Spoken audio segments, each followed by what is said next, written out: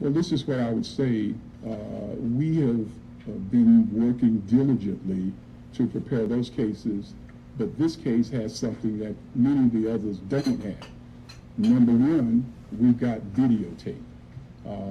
We don't have body cams, we don't have dash cams, and so we have spent an inordinate amount of time and large sums of money trying to recreate crime scenes.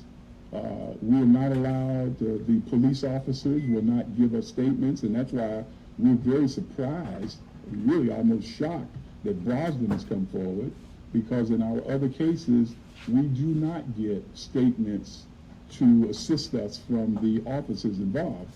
One of the things that I'm hoping that we will pass, not only in our state, but in the entire country, is that I think we need to change the law.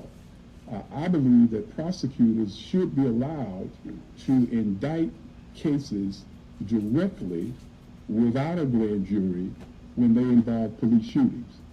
And the question that you asked me, I would say to those folks that are waiting, if I had the authority to sign the indictments, I would sign them today. And I'm hoping, our legislature is in session. If you really want to do something to improve police misconduct, why don't you give district attorneys the right to proceed with the case without waiting for a grand jury?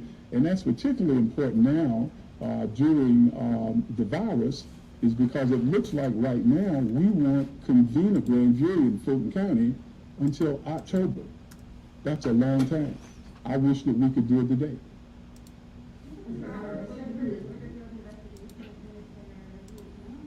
We sometimes we do and sometimes we don't. Well, we didn't need it because as we pointed out, the evidence was available. We could move forward without getting the reports from the GBI. And we've been working with the GBI.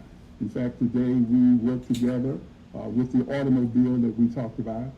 So it was a different circumstance, because once you get the videotape, and we've had 8 of them, I believe, in this case, it places the case on a different level of being investigated.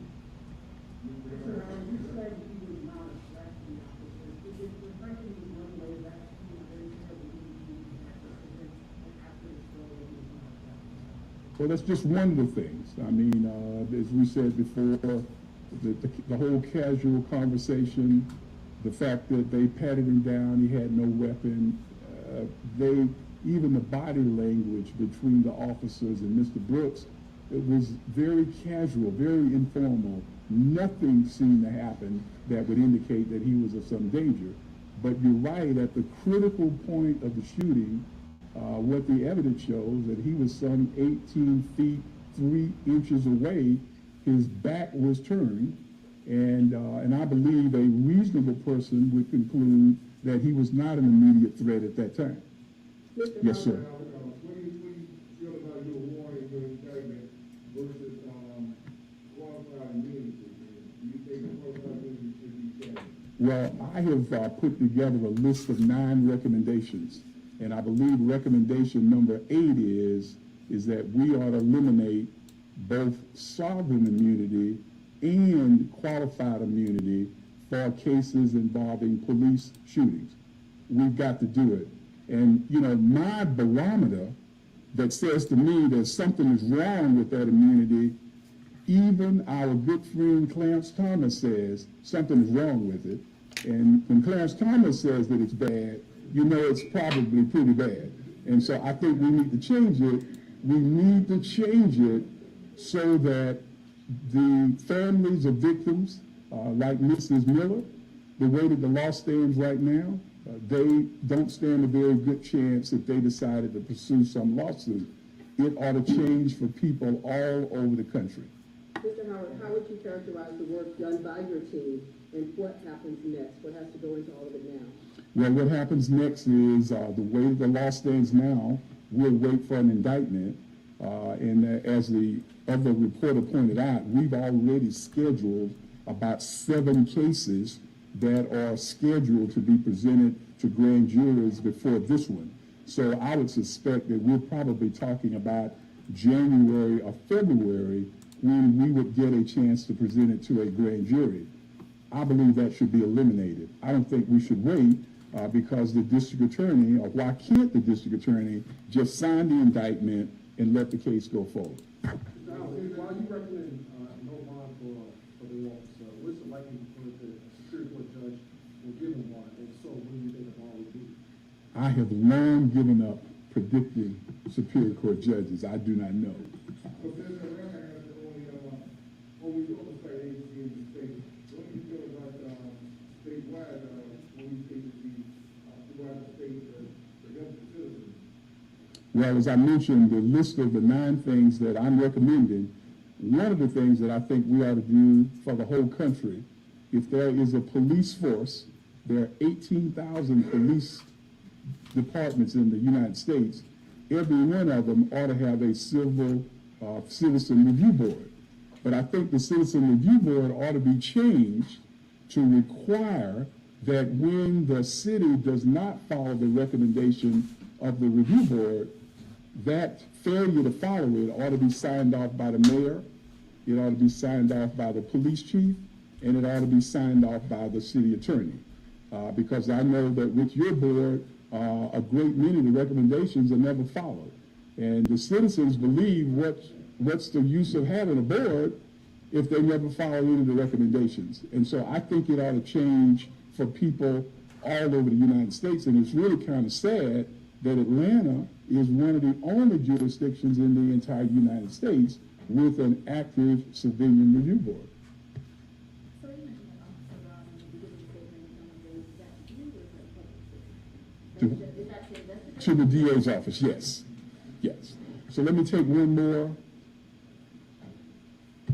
Officer Brosnan authority that is to really to stick with this decision. Well, they, How you decided you did. yeah, well, I would expect that he would do that, and I'm not surprised by that. But we've already interviewed him twice, and so I can tell you what he has said to us. Mr. House, you quickly respond, attorney representing Officer Roll, and put out a very detailed statement. Part of it saying that the paper that goes to the Roslyn and things that happen, also that Roll. What you found is a gunshot coming at him, and he saw the flash, supposedly from the taser. Did you thought he was going to that and give him a response to that? I don't. I stand by what we've said today.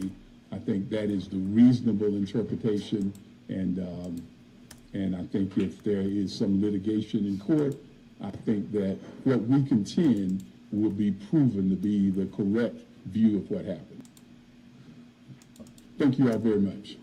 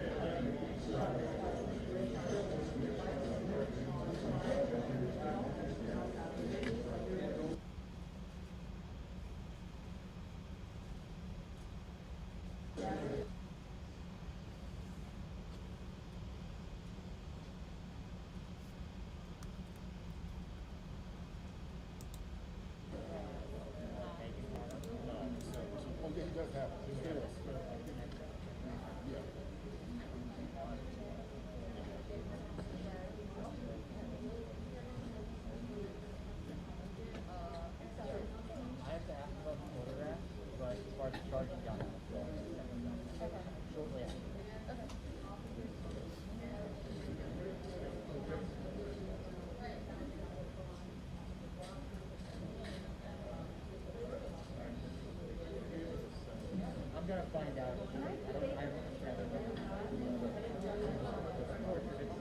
No, they took it away. Yeah.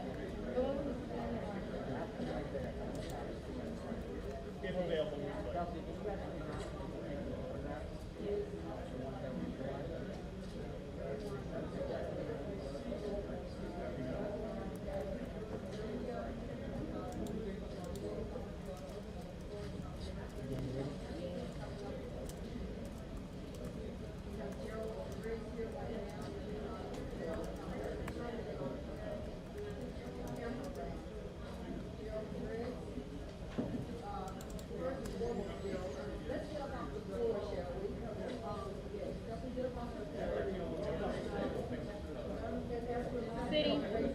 City.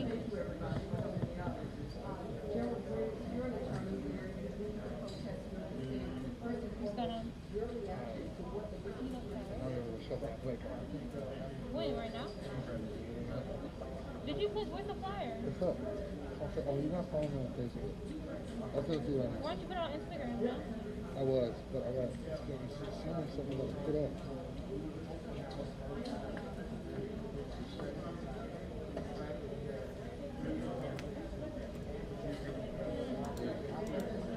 You're good, you're good, you're good. You're good. Yeah.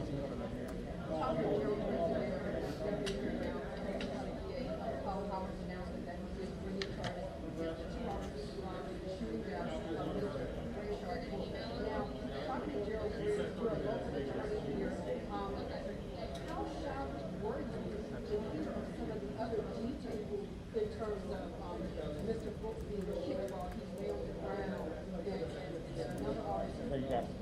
Still on him. How shocked were you?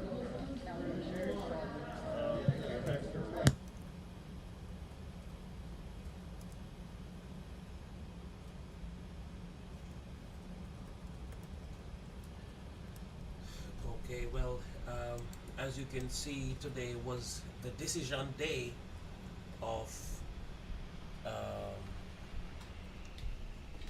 of course, of the charging of the officers or the officer that killed Rayshard. And what we see happen is that there were quite a few things that happened on the scene that was not shown in a couple of the videos that were uploaded across social media. There was quite a few things that happened that was not uploaded across social media. So we see a few videos. Some went viral, of course. Some was just average videos that we watched. With the police and the whole attack between Rayshard Brooks and the police officer. So many of us saw the video that the hustling and the bustling and the wrestling and whatever was going on, the struggles on the ground between the officer and Rayshard. And then we know that, or we saw, where one of the officers' taser was deployed by Rayshard as he tried to run away. And while he was running away, in the video we saw when he, turned around and tried to, tase one of the police officer. And some of us, by reason of whatever vision we have, what we saw, or what most of us saw, was that he was shot while his back was turned. I mean, sorry, he was shot while he was turning around to tase the officer, or to confront the officer while he was running. Well, what we understand today, that there were more things that happened. According to what was said here today, we understand that not only did the bullet penetrate Rayshard from the back, the penetration of the bullets were from the back. So that is already putting the officer in a wrong standing. Even though Rayshard turned around to tase the officer when he was shot, we can see where what am I saying here? We can see where they were saying here today in this room right here that the bullets penetrate his back. I'm going to have to revisit to make sure that I'm saying the right thing here. I don't want to ever say or state the wrong thing that was not said. But for those who are just turning in, that's what we understand, that his back was turned when he got shot. The bullet penetrated his body from the back. We also understand that the police, after he was shot twice, the police placed his foot on Rayshard. Yes, that was said today by some of the people in this meeting. So we understand that this is not something that we want to see. This is not something that we're happy about. And there has been quite a few incidents recently where we see the police do some crazy things, where we wonder actually if these police forgot about their training. Have they forgotten about, the right and wrong way to do things? Because I see where they have been doing things that is against the Thanks for joining us. I'm Maria Boynton, V103 News, Atlanta.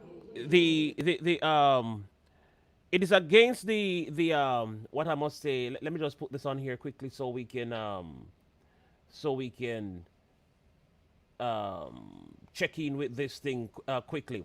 All right, because this is getting serious, and it is getting more serious, and we have to understand what is going on here. So let me just pull this up here quickly, so we can see what is going on. So these are the two police officers. I'm trying to put them on here.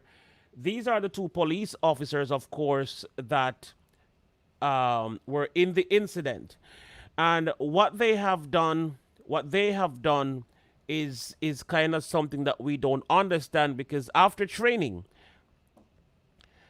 I believe, now I was always in a professional field, and even when I have gotten the job on a professional field in government, there is something that I've always done, and what I've always done in this instance is I've always revisit what I've learned in when I was recruited, and when my first couple of weeks in recruitment, things that I've gone through, I revise my books, I revise my notes. And even though I am a professional now, it doesn't mean that I should not, try to revise what I learned and try to enforce the law in a lawful way.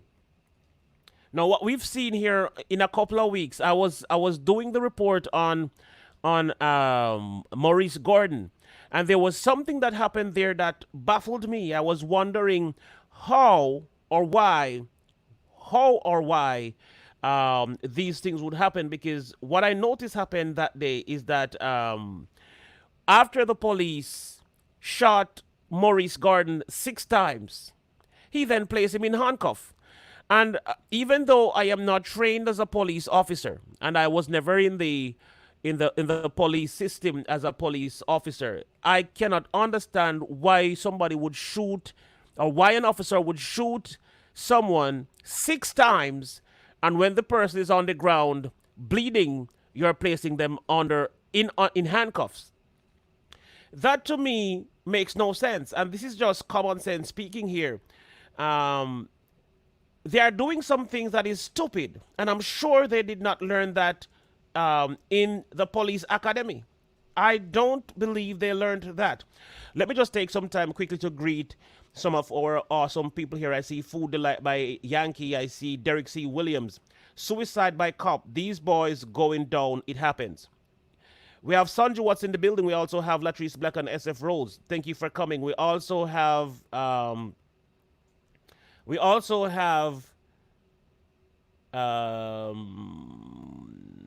Caribbean Gospel Radio FM in the building as well. Thank you so much for coming. We have Rico Da Brat in the building. We have Carter Club in the building as well. Thank you so much for coming. Angela M is here as well. Thank you for coming. Latrice Black, I see you. Thank you so much for coming. I want to say welcome to everybody in the stream right now. Now, I don't understand. I don't want to call it a mistake. How can these police officers make the same mistake day after day after day after day? And we realize, and we have been saying, that the police officers have been getting away with this act, and that's why they've been acting stupid. Yes, Lady CC, welcome. The police officers have been getting away with these murders and with these so-called mistakes that is not a mistake, because it is not a mistake. How do you make a mistake once and twice and 3 times and 4 times and 5 times and 6 times and 7 times and 8 times, and I could keep counting to 100 times? When somebody make a mistake once and you make the mistake again, I expect when you make a mistake once, you should correct the mistake. And if you should fall into an error not long after that mistake, I can say, and it should not be the same as the first one. So if you make the mistake a second time, the mistake should not be as the first one. It should be, you make the mistake, but there was some level of adjustment that someone can see that you were trying to do it right this time. But when you make one mistake, if you shoot a black man, and you said you thought he was white, or you say you thought the black man was about to shoot you, you feared for your life, you thought your life was in danger because the black man had his hand in his pocket, you feared for your life because the black man had hair on his head, you feared for your life because the black man was standing next to a tree, and you make these silly mistakes all the time, and you bring that before the court, or you bring that in your report, to file a report to say he was a threat. Now, he was a threat because, he was a threat because he had fingernails? Was he a threat because he had 2 eyeballs looking at you? Was that the reason why he became a threat? The man was a threat because he had 2 hands and 10 fingers? The man became a threat just because.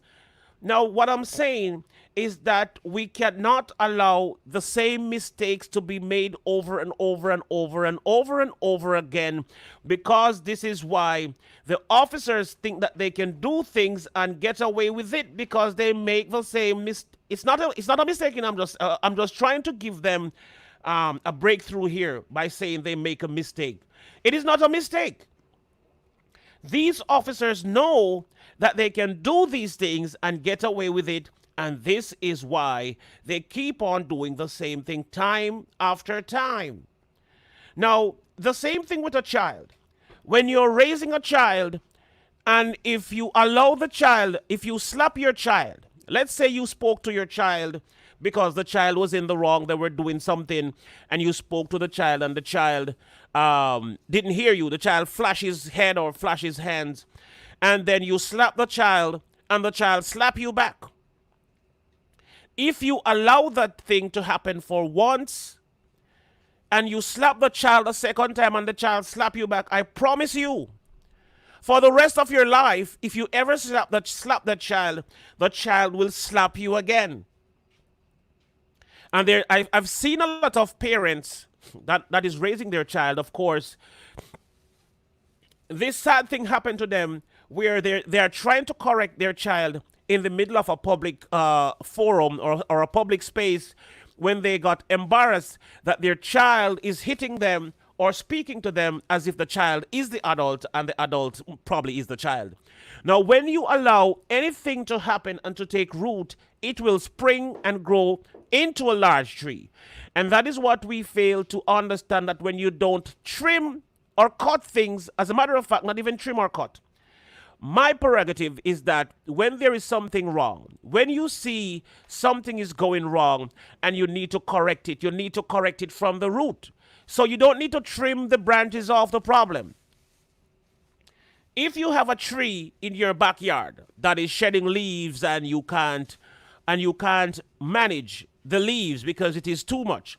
These leaves, every morning you wake up when it is springtime, you find out that these leaves, before spring, these leaves are just littering your backyard, and it's just overbearing and too much for you.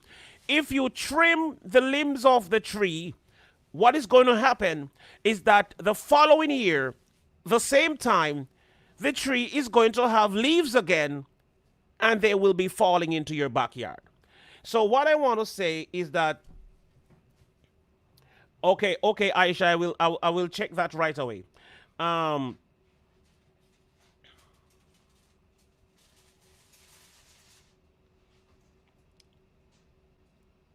hold on. Oh, hold on. Let me get this. I can't play things from CNN. But all right. Let me actually play the audio. Let me just play the audio. I want to turn now to Atlanta, where as soon as tomorrow we could see a decision on charges for both officers who were involved in the deadly shooting of Rayshard Brooks. That's according to the Fulton County District Attorney. This is happening as we get a first look now at the disciplinary records of the fired officer who shot Brooks, Garrett Rolfe. In 2017, he was reprimanded for use of force involving a firearm. And as millions of Americans protest this latest use of deadly force, my next guest believes in this case, the officer's actions were justified. Sheriff Alfonso Williams, who serves Burke County, Georgia, says Rolfe acted appropriately and believes the shooting has been politicized by the city's mayor and the police department. He's joining me now. Sheriff Williams, thank you so much for talking to us today. Thank you for having me, Brianna. You know, the family attorney in this case says that police should have tried to catch Brooks instead of shooting at him. What is your reaction to that? Having 30 years in the business, police and law enforcement, and 27 of those years having taught use of force and taught hundreds and hundreds of law enforcement officers across the state of Georgia and other states, I just think that he's a lawyer. He's not a law enforcement officer. I think that it's just a ridiculous statement. Obviously, we saw in the video that Brooks was engaged in a fight with the officers. They were on the ground. We know that when we're on the ground, we have a very high likelihood of being hurt or killed. It's not the place we want to be. This is not a wrestling match. Brooks is able to take a non-lethal weapon, a taser, away from one of the officers, and he flees. They give chase.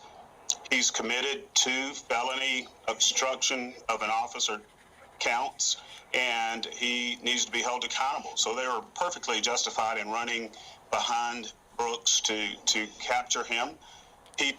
Brooks turned back to the officers and fired the taser. And we all know, this is a third law enforcement agency I've been head of, and every agency I've gone to, I've required every officer who carries a taser to be tased with it, so that you understand the incapacitation. 5 seconds, 1001, 1002, 1003, 1004, 1005. That's 5 whole seconds that if an officer is hit with that taser, that all of his muscles will be locked up and he'll have the inability to move and to respond. And yet he is still responsible for every weapon on his belt. So if that officer had been hit, he still has a firearm on his side, and the likelihood of him being stomped in the head or having his firearm taken and used against him was a probability. And so he did what he needed to do, and this was a completely justified shooting. So you think lethal force here was necessary?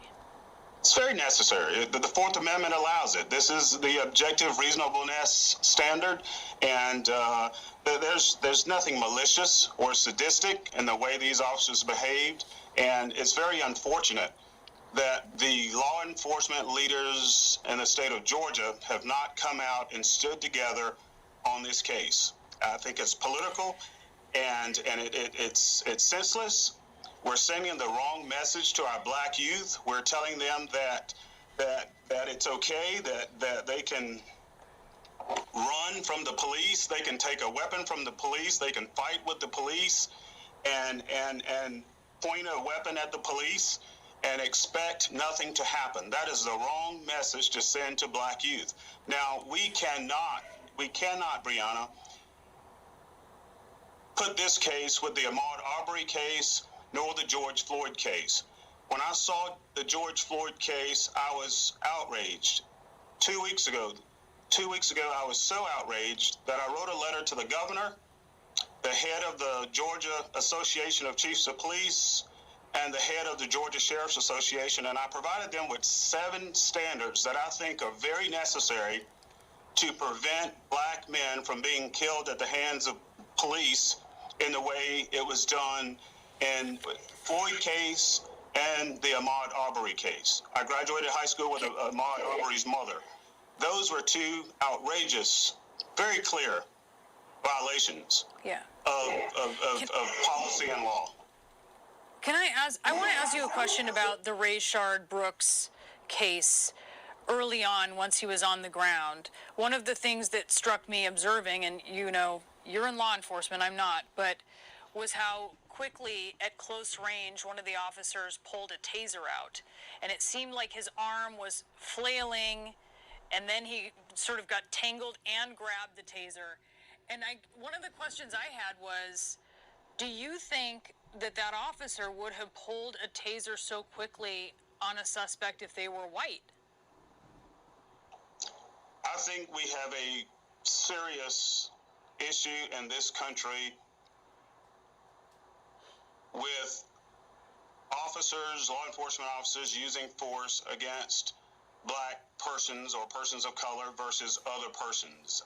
I'm not sure exactly why that exists. I think it's based on your experiences, based on your ignorance, based on your whether or not you're learned, based on movies, television, media. You know, there's a little bit of blame to go around with all of us. That's why I have proposed. I just want to zero in on this, Sheriff. It sounds like you don't know. Like, it sounds like you are saying perhaps there could be a possibility that maybe that escalation to the use of the taser might not have happened then if it were a white man?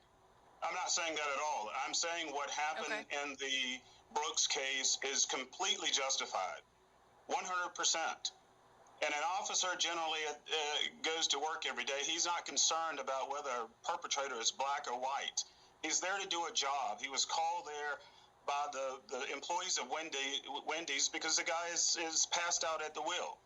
And he's investigated for being under the influence of something, but he is less safe to drive.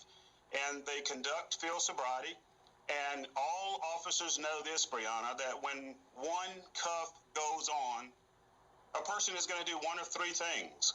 He's going to fight, take flight, or he's going to comply. In this case, he did fight and flight. And they're taught in the academy that you arrest or you handcuff quickly, 1 to 2 seconds. If not, your life is in jeopardy. And that played out in this scenario. We don't want to fight with anybody. We don't want to be on the ground. The suspect had the ability to hurt the officer. He had the opportunity to hurt the officer because he took his taser. The officer's life was certainly in jeopardy. And the suspect could have complied and none of this would have happened. Sheriff, thank you so much for joining us. Sheriff Alfonso Williams from Burke County, Georgia. We appreciate it. Okay, so that was that situation there, and I tell you, it is very unfortunate of what we see happen. I will say, very unfortunate situation there. So as I was saying, There's a charge for criminal damage before we got here, into that vehicle. let me just pause this for a minute, because what I was saying before we got here, I am saying that if you allow something, for instance, I was saying before we took that message from these people.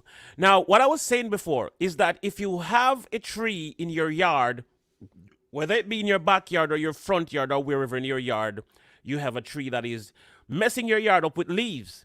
If you cut the branches off, then a year from now, the tree will spring and the tree will start to do the same thing that it was doing a year before or 2 years before. I am saying that when you have a problem like that, you take the tree from the roots. You take the tree totally out of the ground. And that's how you get rid of the problems.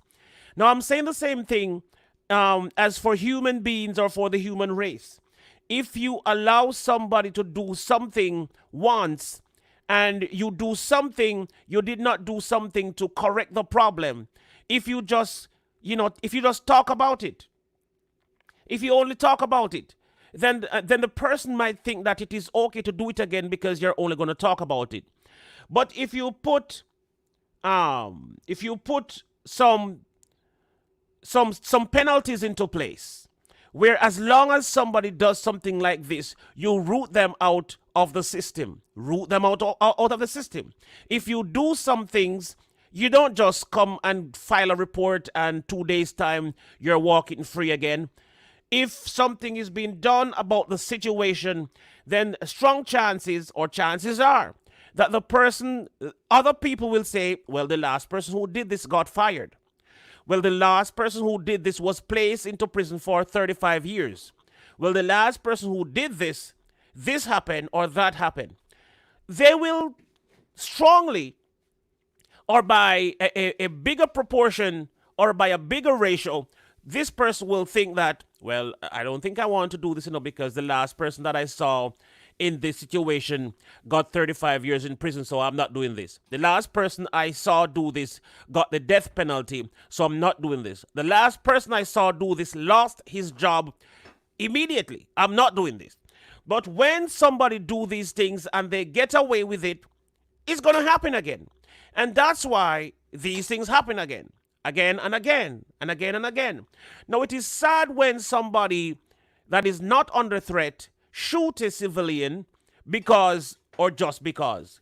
I'm not going to say in this Rayshard situation, Rayshard was not a threat to somebody, the remaining portion of civilians on the ground or the police officers. Now, what I want to say is that there were 2 police officers present on the scene. Now, my problem is, or the major problem that I'm having, police are not just trained to shoot. Police officers are trained to defend themselves even if they did not have a gun. Police officers are trained to disarm a person with a gun. Yes, if someone points a gun at you before you pull the trigger, a police knows how to probably, hold on to that gun and disarm you of same if you're not a professional. So the last thing that should be done at all times is to be shooting. You don't shoot somebody unless you're under threat. If you're under threat and you're about to lose your life, or someone else is about to lose their life, then it is time to deploy your weapon and make use of it. But when your life is not under threat, now, you know what I would love to see if I was the government? But then again, that is going to be a problem. That is going to be a huge problem, because what I would love to do, I would love to see people fighting fist to fist. But then again, you want extra force to use against criminals. So I can't say that. So let me just not, get myself into a hole by saying things that I shouldn't say. So let us just get to the video and, and keep on watching what the charges were in the situation. Let's see what these people have to say. In the meantime, I want to say thank you all for coming in. Thank you all for being a part of this program. We appreciate you all being here. We always like when there is support from you wonderful people, and it never gets too much. It is never too much when we have you wonderful people among us. Let me just read some of these messages in the chat. Why doesn't someone put these race baiting scumbags on a blast? Yes, these are definitely a racist based kind of conversation that they have on these media. And that's why I was not going to play it. When Aisha sent me this, I was not going to play it, because whenever something is coming from the CNNs and the Fox News, we know exactly what their main aim is to do. We know what they're aiming at. They're not just reading or reporting the news so you can know what is happening. They are trying to rub the racism in your face. They are trying to make everything that happened looks like it is from a racist issue point of view.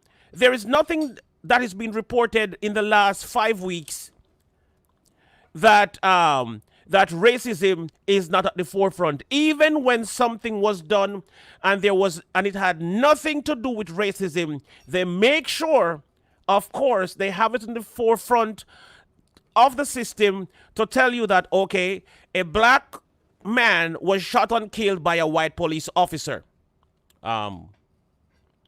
People don't report the news anymore to say that a reported man was seen running on I-95. He was shot and killed by police officers or by law enforcement officers. On the scene was found 2 nail shells. No, it's not like that.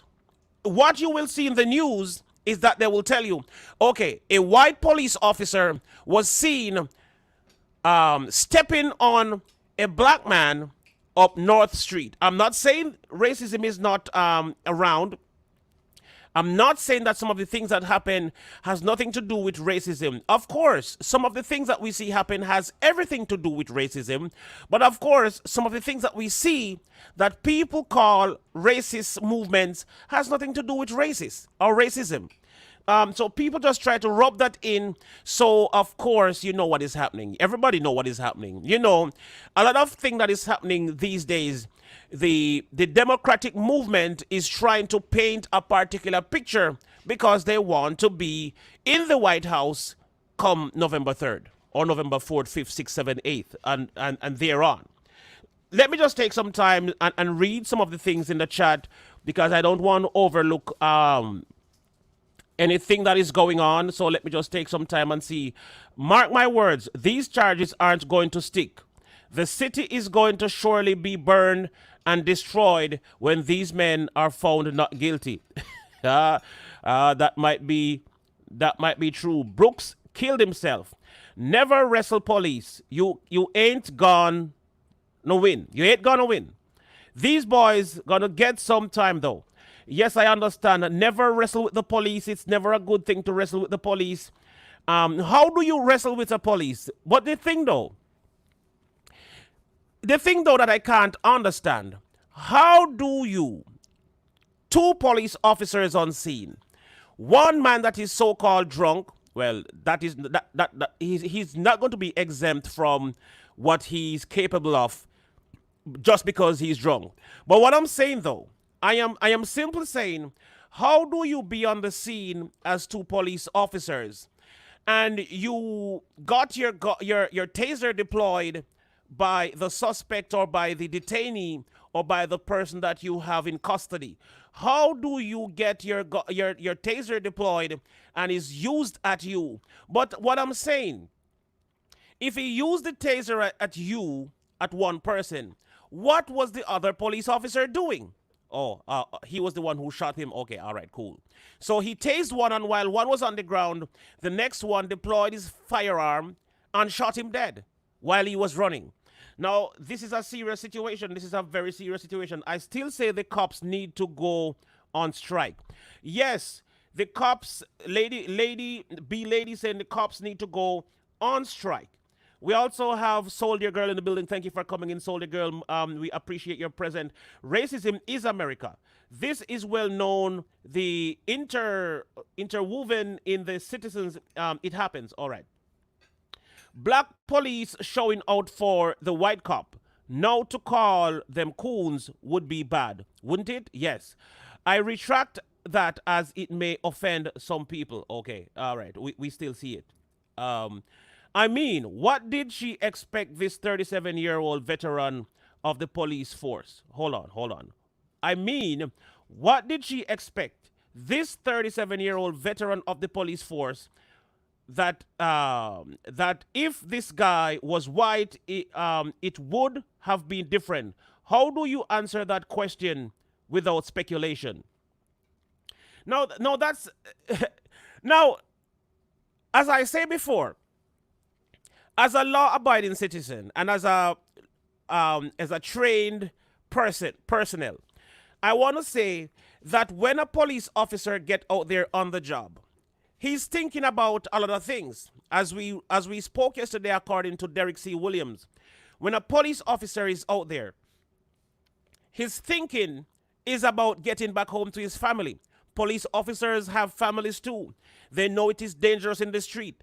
They know that every day going out on the job is possibly the last day. Every police know that going out on the job, it's possibly the last day. You might not go back home to see your daughter, your sons, your wife, or whatever family you have at home. So with that intention, everybody that seemed to be a threat to them is going to be taken. As a matter of fact, everything and everyone is a threat. Even though we've seen it differently out there in the street, we've seen where white and white police officers get into altercations, and we see where less brutal force is being used. But also, for those of you who are here, I'm sure you remember that video that went viral recently when there was a pallet gun in this white guy room and the police was called, and how the police dealt with this white guy in the hallway of the hotel room. That to me was worse than any black case that I've seen. As a matter of fact, I think it was even worse than the George Floyd case. It's hard to compare. It's hard to compare because George Floyd case was one of the worst things that I've ever seen. When it comes on to law enforcement and brutality, police brutality, that one was ridiculous. But that guy, though, the guy from the hotel room where he was placed on the floor, and the police told him that, hey, depending on how you move, you could be shot today. There's a slim chance of you getting out of here alive. So the officer is telling the guy who is non-threat to him that there is a slim chance of him getting out today. And he told him a bunch of nonsense. Kneel down. Put your hands on your head. Put your hands behind. I said, put your hands behind your head. Kneel down. Overlap your legs. All right. Kneel up. Get up. Sit down. Lay down. He was telling him a bunch of nonsense, and eventually he shot the guy a couple of times. No, this was a this was a white guy, and of course, the this is really sad. This is really sad. I tell you, this is really sad. As I said, my brother Brain said, "Boy, I am going to get home." Brain had to Billy Club, a Mexican boy. Brian claimed he stepped on him, almost put his eye out, spoke about it like it was nothing. Yes, I've seen this happen time and time again. He knows that race he's dealing with. That's obvious. What he doesn't know is whether these people is dangerous. That is it.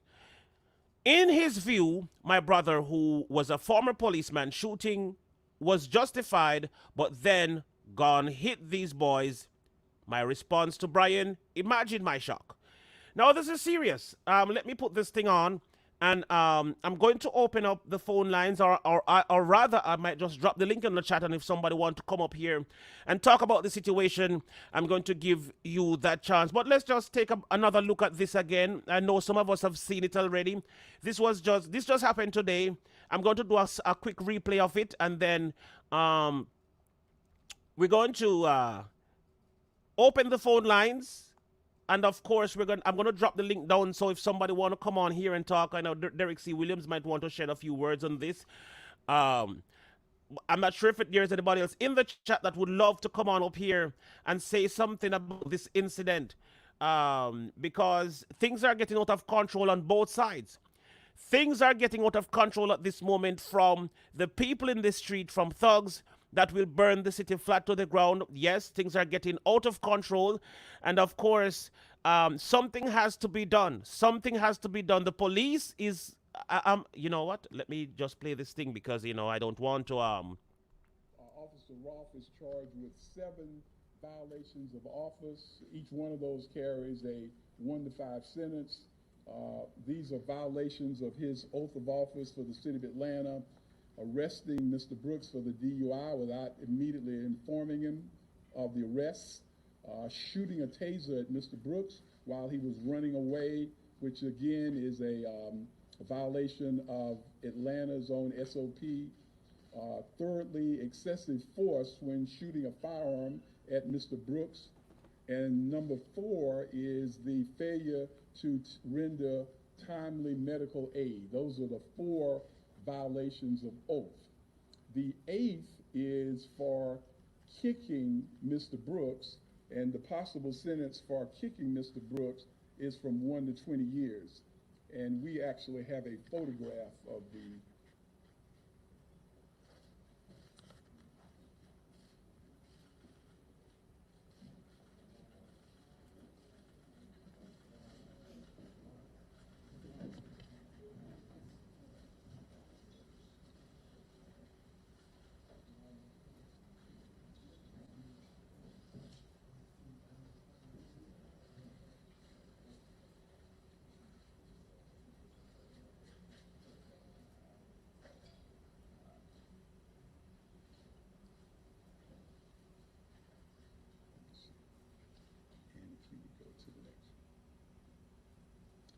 And these are the charges for Officer Brosnan, and there are a total of 3 charges. And the first charge is for aggravated assault, and this is for standing or stepping on Mr. Brooks's shoulder. The possible sentence for this crime is 1 to 20 years. And this is a photograph of Officer Brosnan, who you can see to the right. And at the time of the photograph, he is standing on the body of Mr. Brooks. And as I've indicated earlier in our conversations with Officer Brosnan, he has admitted that he stood on the body of Mr. Brooks. He said he believes that he was standing on Mr. Brooks's arm, but that is what the photograph shows. We've also charged him with additionally 2 violations of oath. One is for the standing on the shoulder. That is an unauthorized weaponless control technique which the city of Atlanta prohibits. And the second violation of oath was for the failure to render timely medical aid to Mr. Brooks. So the arrest warrants have already been signed. We are asking Officer Roth and Officer Brosnan to surrender themselves by 6 p.m. on tomorrow. Because Officer Brosnan is now becoming a cooperating witness for the state, we are asking the court to grant a bond of $50,000 and to allow Mr. Officer Brosnan to sign that bond. As I indicated, that he would become one of the first police officers to actually indicate that he is willing to testify against someone in his own department. As for Officer Roth, the person who fired the 2 bullets, we're recommending no bond for Officer Roth. If he is given a bond, that would be done by one of our Superior Court judges. But because of the severity of his act and then following up that act with kicking Mr. Brooks, we're asking that he not be granted a bond. I think that's it. I do want to ask Mr. Sean Williams. Mr. Williams represents Melvin Evans, who was driving the vehicle from Memphis. I have already apologized to Mr. Evans on behalf of the people of Fulton County and the city of Atlanta. He was only down here for a short while, and it's really unfortunate that he was his vehicle was fired upon that night. Sean. Thank you, Mr. Howard. I first want to, on behalf of all 3 of my clients who not only witnessed this horrific and tragic killing of this young man, I want to offer the condolences from them to the Rayshard Brooks family, and particularly his daughter. It has been very difficult for each one of my clients because they witnessed it, and they themselves have a lot of emotion on what they saw and what they was a part of involuntarily. I want to thank Paul Howard personally and commend him. I've been doing these type of cases across this nation, and Mr. Howard is one of the few prosecutors who will actually go on the line to even investigate something like this, as serious as this, and to do it in a way that I believe makes this city proud, as I'm a resident of this great city. And as he said, with greatness come responsibility. The city of Atlanta is a great city, and I wanted to apologize to my clients themselves that they came from Memphis and witnessed this. They're not going to give statements here today, but I will confirm to you that they have met with the Georgia Bureau of Investigation. provided them statements as well as information to support what you saw presented today by Paul Howard. It confirms that at no time was Mr. Brooks ever a threat to anyone, including the officers in that Wendy's parking lot. My client's statements confirm that Mr. Brooks was running, his back was turned, and was never a threat to anybody. The only threat that arose is when officer pulled out a gun. 2 of those bullets entered Mr. Rayshard Brooks' body, killing him. 1 of those bullets entered my client's vehicle, almost killing them. We could be here talking about 4 murders. And for that, my clients have suffered a lot, but nothing compared to what this family has. And with that said, my clients are here to join the fight of justice, to provide any assistance to this family, as well as to the Fulton County District Attorney's Office, as well as the GBI. And they look forward to an opportunity where they have justice is served. And I want you to know that they were fearful for their lives. That bullet came very close to them, and Mr. Brooks's body laid less than 10 feet from their vehicle. And keep in mind, this was in a crowded Wendy's drive-through parking lot. And when you take the actions of reasonableness, as Mr. Howard said, reasonableness never has a deadly weapon being fired when you have innocent bystanders like my client standing. All of those things, as well as the fact that Mr. Brooks was not a threat to any officer that night, should have gone into play, but it didn't. And I hope and pray that with this action by Fulton County District Attorney's Office, as well as the actions by Mayor Bottoms and the task force, that we don't have to have any more press conferences like this anytime soon. Thank you, Mr. Howard. I appreciate it. And ladies and gentlemen, Mrs. Miller, who is the wife of Rayshard Brooks, is here today. I think her attorney, Chris Stewart, is going to speak in her stead.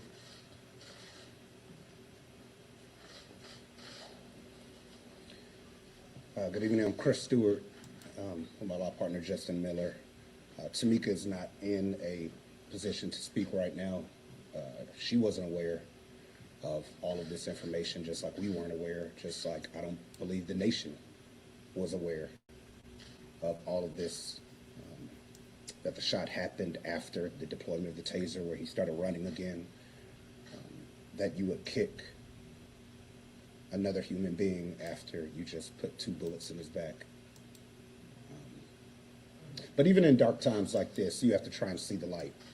And the positivity of this situation is the courageousness of Officer Brosnan to step forward and say what happened was wrong. It is officers like that who change policing. And I know he'll probably catch all kind of problems and hate and things like that, but it's the courageousness of those type of officers that we love and support. It's the courageousness of district. All right, so that was what happened there. Right, so that was what happened there. Now we're going to give somebody a chance. If there is somebody that wants to come on up here and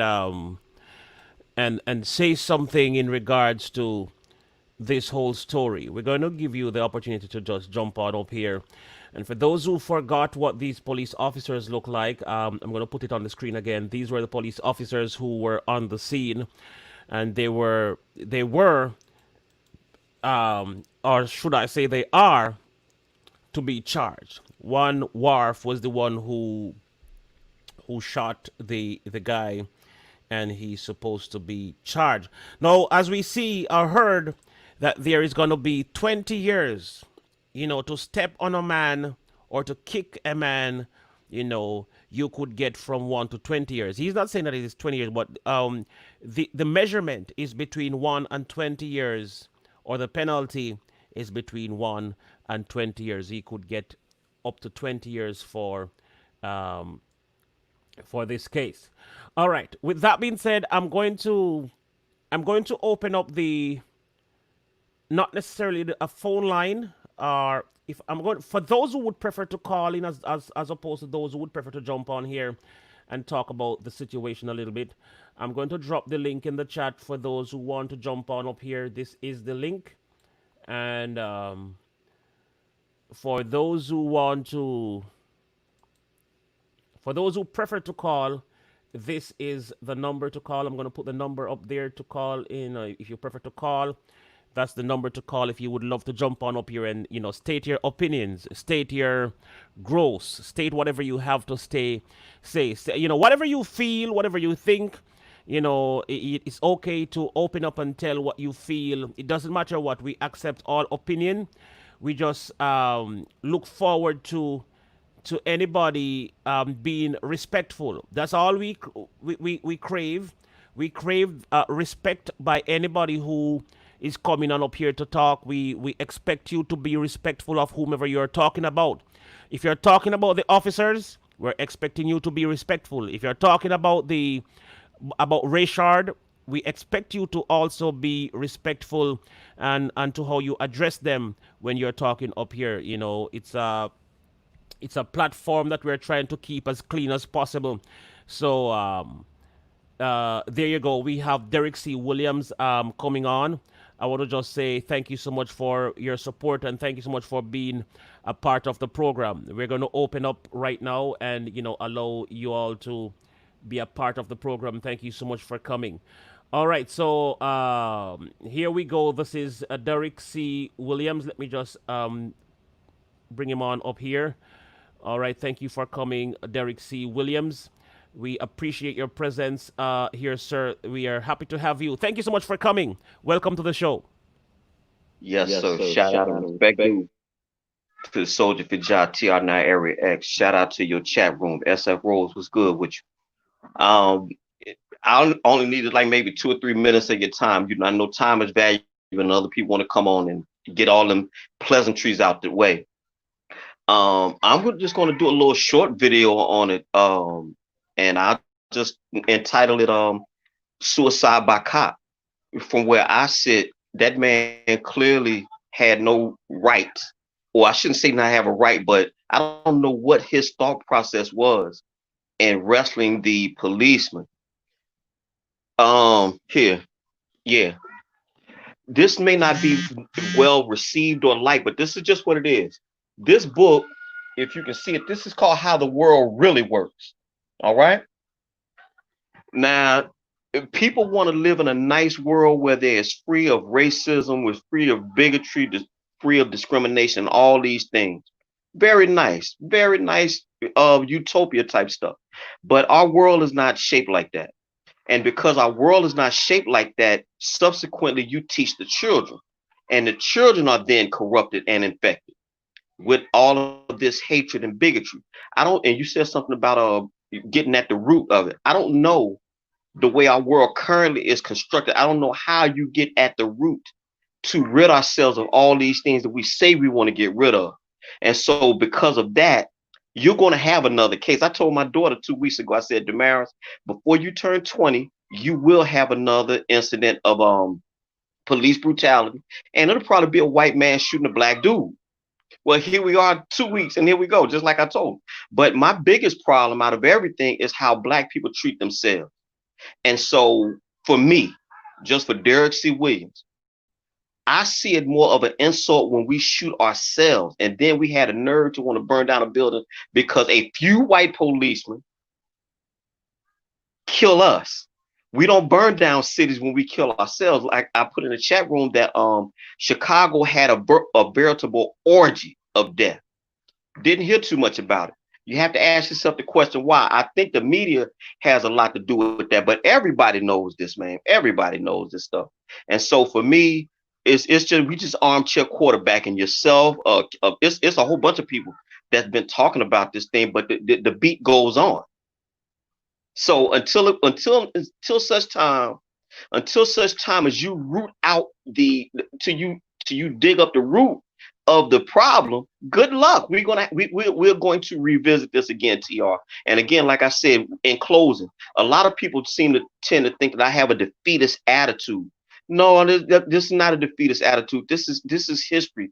I'm talking. This is confirmed, manifestly provable history. You would like it to be a better world. You would like it to be what peace and goodwill toward men. But I'm still waiting. I'm not gonna hold my breath, but I will keep my fingers crossed. So again, I want to thank you for letting me be on your platform, TR. And this is basically a politicized event. Aisha said that she don't think they're gonna get no time. I don't think they should, but they just might, just to make a point. So I keep all the cards on the table until till in the fullness of time, until the final the last card is dealt. I can see them getting some time, but we'll see all of this in the fullness of time. So that's pretty much all I want to say. And again, thank you for having me on your platform, man. That's all. My pleasure, brother Derek C. Williams. And as we speak about the root of the problem, hold on, let me check if there's an echo in the background. Hold on, let me just check this quickly. Okay, I think it is okay. All right, so as I was saying, as we speak about the root of the problem, and that in itself, the root of the problems in itself, that part is okay to be said. But to find the root of the problem, like you said, that is the hard part. Because the root of the problem, and this is why we suffer the same thing. And I was saying, and that's why I said, when I was saying what I was saying, is that this thing is going to reoccur because the tree is still there. And of course, the branches is going to spring again as soon as there is water on it, as soon as the sun shines on it again, the tree is going to spring again. And so the problem is going to reoccur. Now, my brother Earth Talk in the chat is saying he knows the root of the problem. Well, if you know the root of the problem, I would certainly love if you come on here and tell us what the root of the problem is. Or if you can type it in the chat and let us know what the root of the problem is. I have some ideas, but those are just my ideas. I would love to know what somebody else has to say about the root of the ideas. I see Derek C. Williams was trying to say something here. Well, TR, well, yeah, well, I said, I mean, I don't know what Mr. Earth is going to say, but if I was a bed man, I would say that the fact is you have elites in power and you have white supremacy as the root of the problem, because everything else springs off that. We wouldn't even be talking about, this is June. This is June, correct? Hello? Yes, this is June. This is definitely June. Okay. What is another? Okay, what do they celebrate in June? Are you familiar here in America? No, I am not totally familiar with that. Okay, just as an example, this is Black Music Month. So all the music that has ever come out, that Black, James Brown, Fats Domino, you name them, we're supposed to celebrate and edify Black music. And it's also Juneteenth. But see, we would never have to have any of that if Black people were included in the grand scheme of America. And so Black people have to come up with their own stuff. You would never have to have historically Black colleges if you weren't put out of the mainstream. And so you have all, so the root of it, in my estimation, is in fact the way the country was designed, and it was not designed with all men in that equation. That's just a matter of historical fact. Everybody knows this. I'm right here in Philadelphia. When they went up there to 6th and Market to the Independence Mall, Black people were in chains at that time.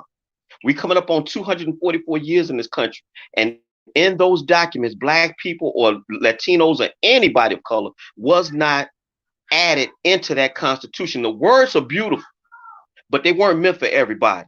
And that, to me, in my estimation, that's the root of the problem. Good luck with rooting that out, because I would say, I'll say this and then I will step off. As you know, you see I got my Mississippi shirt on.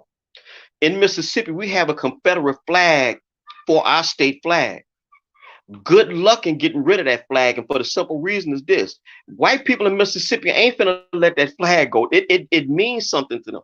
Well, Black people may look at it a different way, but my personal thing is, a piece of garment does not affect me. Now, the policies that you got in place, that might affect me. But see, I can't come at the table as a black person or as a black um cohesive block, because we just not there yet, because we've been thoroughly broken to pieces. That's the root of the problem in my estimation. So good luck with everything else. We should keep our fingers crossed for all of that. We should keep our fingers crossed for unity. But even the great Martin Luther King himself said, I guess he must have saw the light.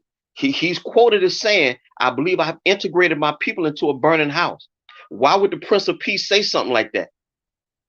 So, you know, that in my estimation, that's the root. Now I don't know what Mr. Earth is going to say, but that's what I see as the root. So good luck in uprooting it, you know.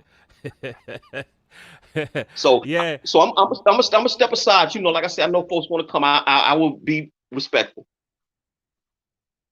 Okay, brother. Thank you so much for coming on. Thank you so much for coming. All right, salute. All right, so as you know, that was Brother Derek C. Williams, and of course, he was talking about the root of the problem, not being certain what exactly. Well, he said good luck with the root of the problem or with getting to the root. We see Annabella arriving in the building. Thank you so much for coming in, Annabella. We want to say again that one of my thing with some of the problems is that I have said this before. Racism was taught. Racism is not something that you develop.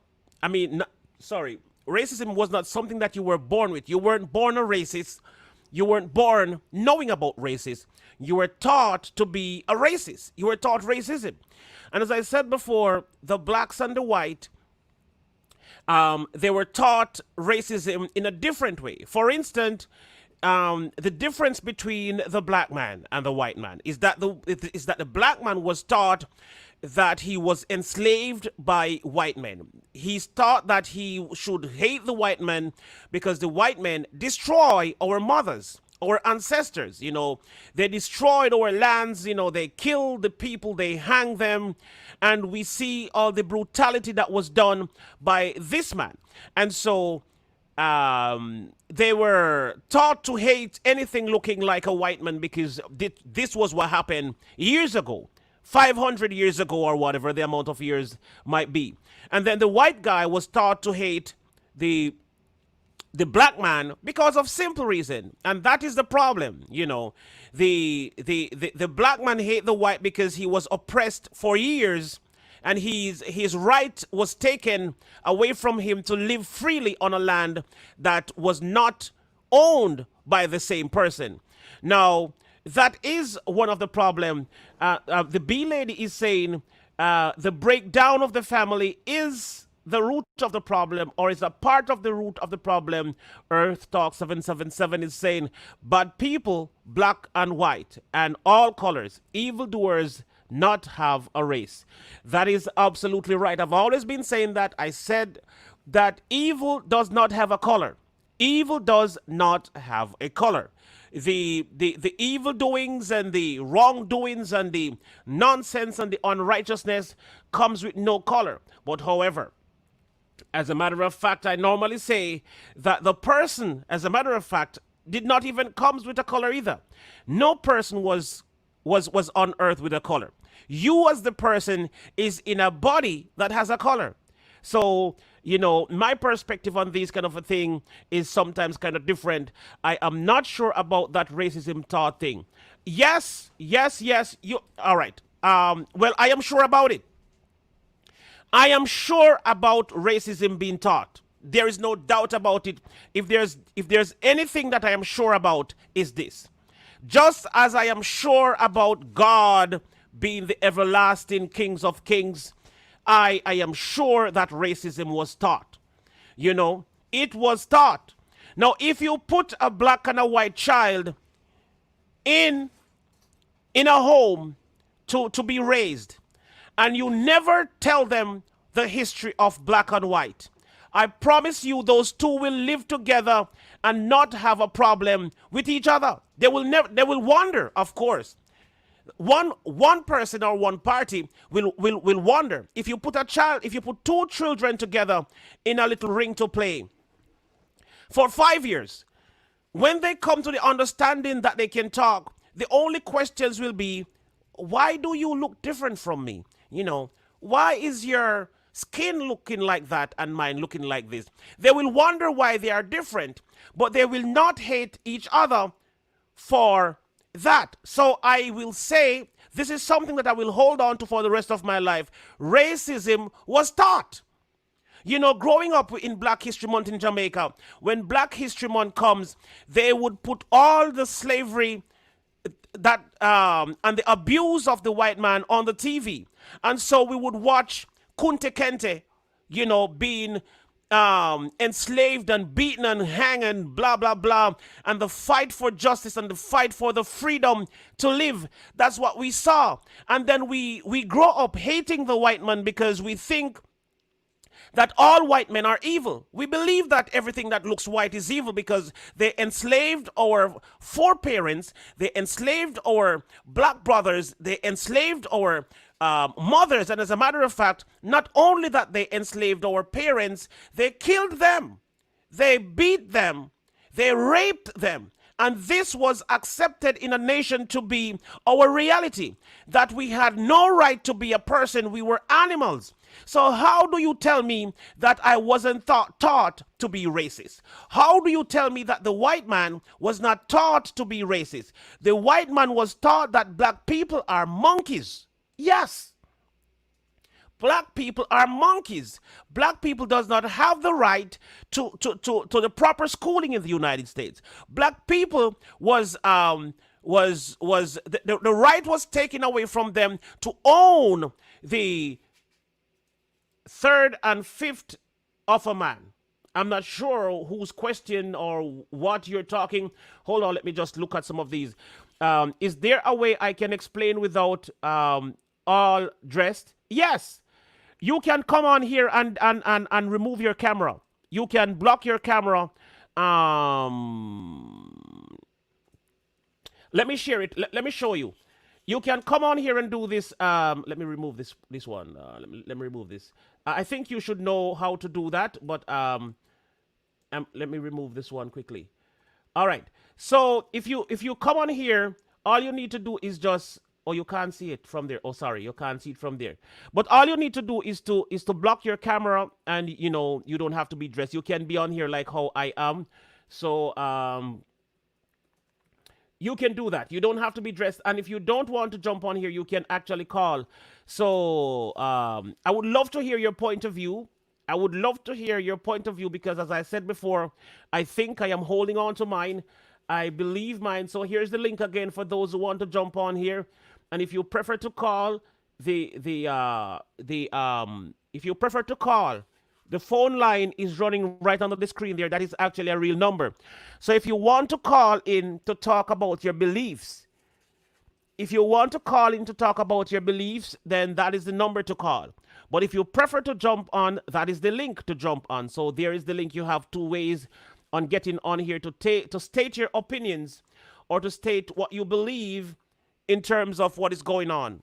And if anybody called and I did not answer, please to type it in the chat that you've called, because the phone, the number that you're supposed to call in on, the stream is also running on it, but it doesn't have to be. All right, here comes B Lady. We want to say welcome to the program. Thank you so much, B Lady, for jumping on here to say what you have to say. Not only that, I can hide you with this picture at the front if you want me to do that. Let me just bring you on here. Okay, am I echoing?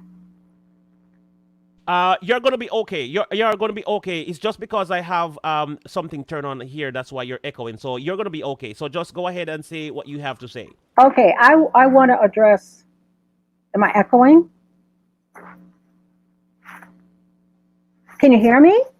Yes, we can hear you. We can hear you. I want to address two things. I want to address my statement on racism not being taught. Before everybody jumps all over me, I just want to, I'll give you an example and then I'll tell you what happens, okay? In life, a lot. Now, everybody knows what a stereotype is, right? If you don't, I can explain it. A stereotype is what any race of people are supposed to be. You know, whites are supposed to be uppity, live, you know, in upper class neighborhoods, get sunburned, stuff like that. And blacks are supposed to be able to tap dance like fried chicken and watermelon. Okay? So far, so good? So far, so good. So Okay. far, understood. Okay. Now, I'll give you probably one of the most significant examples of my life. I got a job, a very good job. Okay, and I had the advantage to go up. I worked for a very big corporation. We had an extremely powerful union. Okay, very powerful union.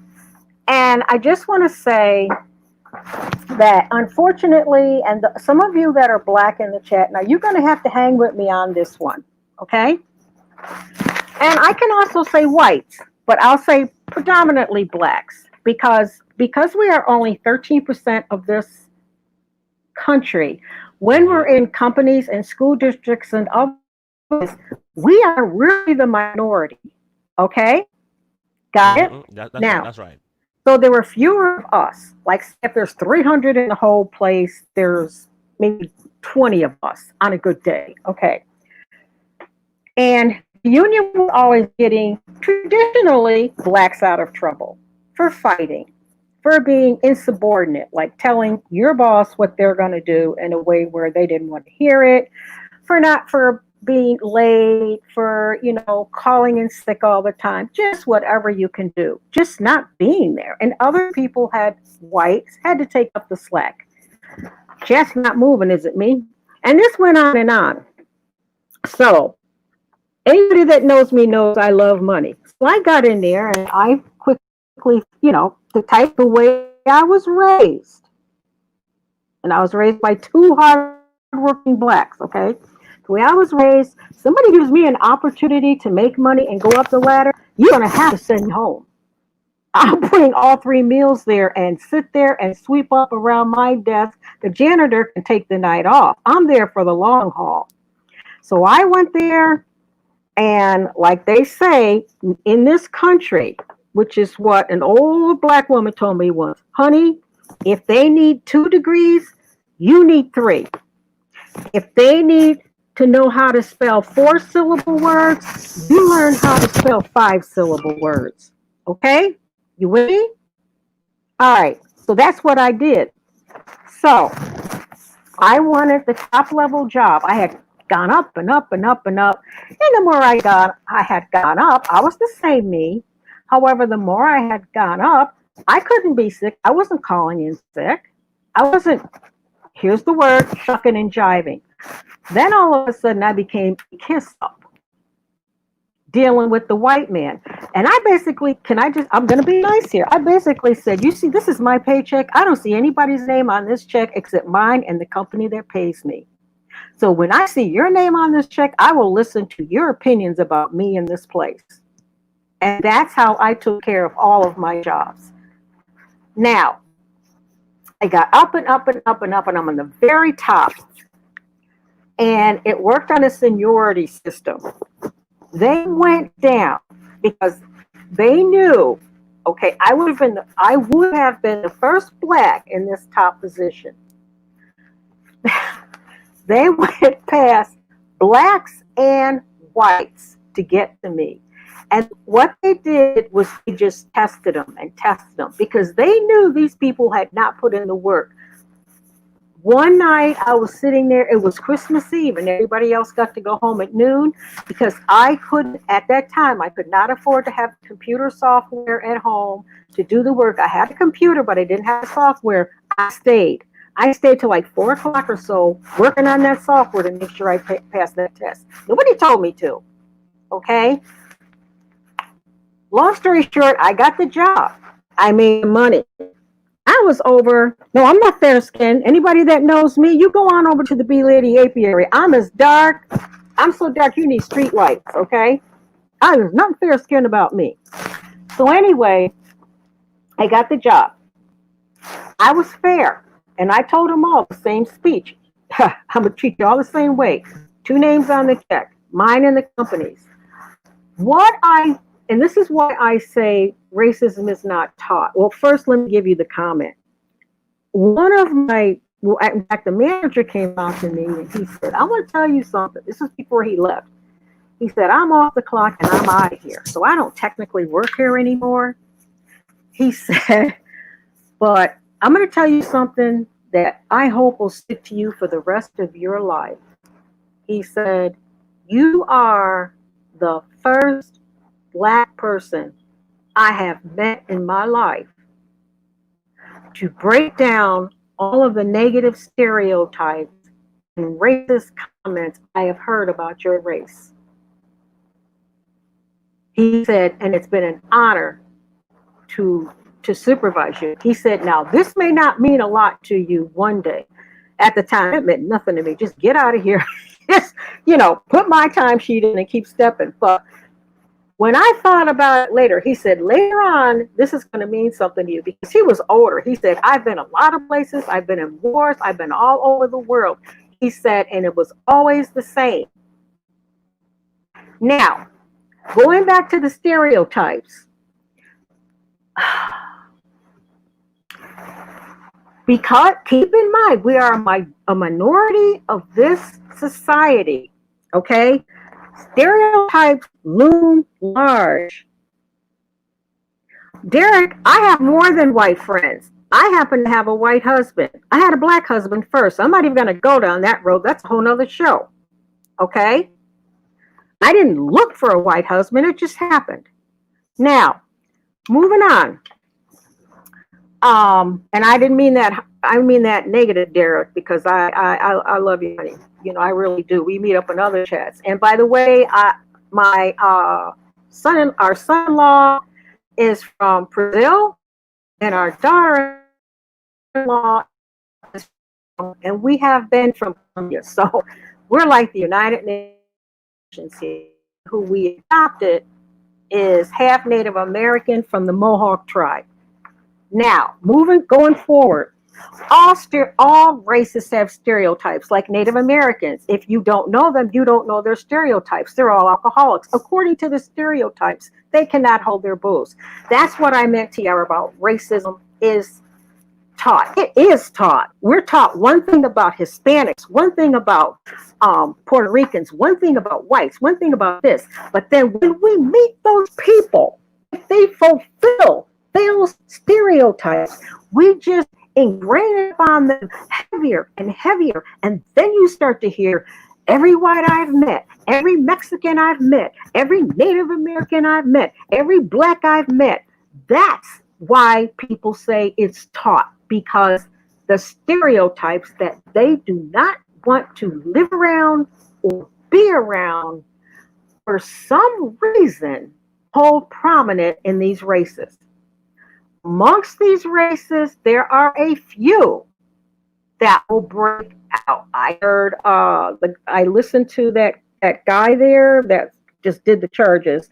He said something, he mentioned Clarence Thomas, saying Clarence Thomas said something about the cops.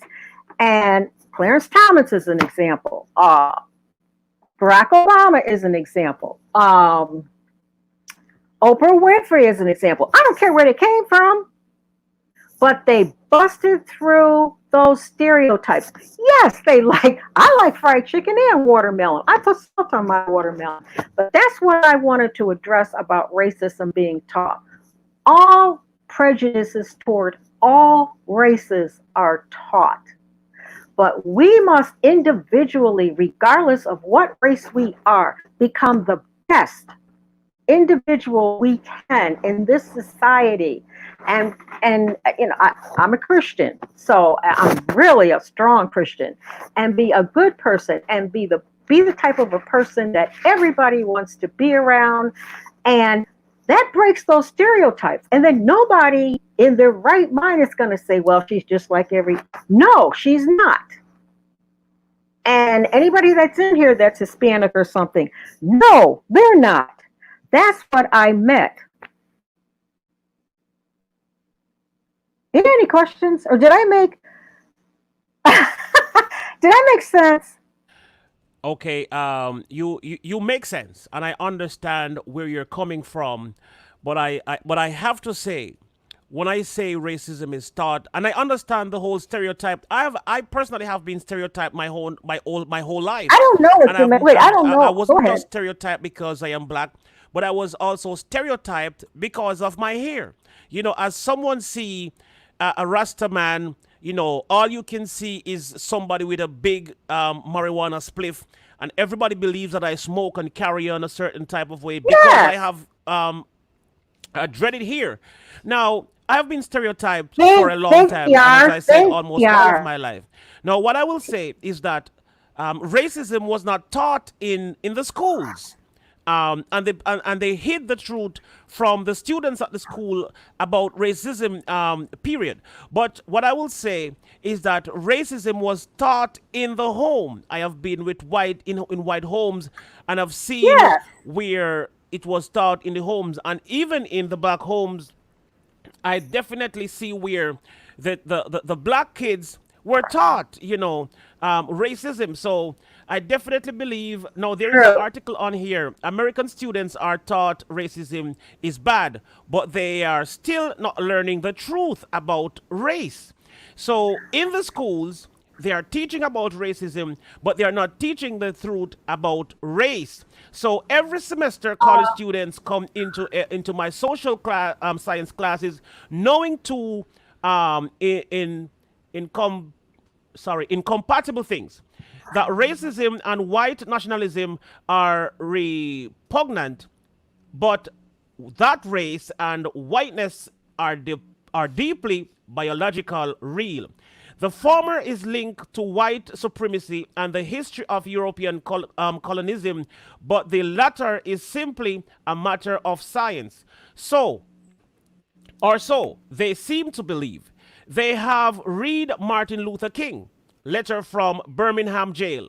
They can name the uprooting of Native American and the Atlantic slave trade as their country's foundational sins. Students from the progressive school districts have also learned to call race a social construct, the product of history and government policy, not of our genes, but that it is not the norm in my classroom. Many, perhaps most of my undergraduates have learned how to be analytical racist, believing that humanity is objectively divided into timeless genetic races. At the same time, they have been taught to reject racism as a self evidently evil. Now, that is just a part of this article. But what I'm saying, that in the schools they weren't taught exactly Wait. No. racism. But what I can say is that at the homes is where children were taught racism. Mm-hmm. Black children were taught to hate the white man because of what he's done to our foreparents. And likewise, that to me, from that angle, that make a little bit more sense to me. It is understood why a black man, could probably hate a white man. But the reason why white hate blacks, that is where all the problem is. The reason why you hate a black man is so wrong. And that's why I'm saying I think this behavior was taught in the homes, not the schools. No, it's This taught. behavior was Whoa, taught whoa, in the whoa, home. So while I PR. agree with majority of what you just said, Can and I I say one understand more thing? stereotype, and I understand that most things are has happened via being stereotyped, but I must No. say that racism was taught in the homes, and May I? but just that side, Just because help me. racism has more than just one side. Racism is I not just understand about that. black and white, or I Asian, or understand Hispanic, that. or Caucasian.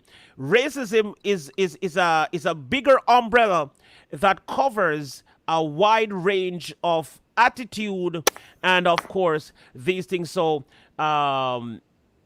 May I thank speak you. now? I want Earth Talk to come up here, but Okay, but I'm can not I just sure. say one tiny little thing, Earth Talk, please? Come on, Earth Talk. But can I just say one little tiny thing, please?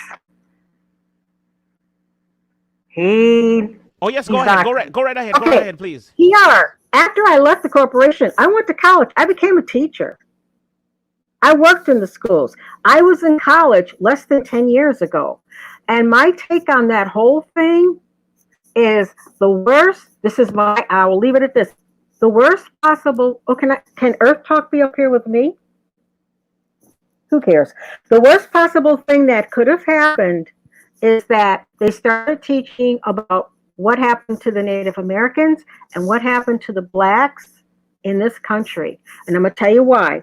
Because what that did with all the whites, because I saw it in schools, is they started bringing up the pictures of the blacks down in the South with the chains around the neck, and you imprinted that on the minds of the 5th and 6th and 7th grade white impressionable students, and they saw us as subhuman.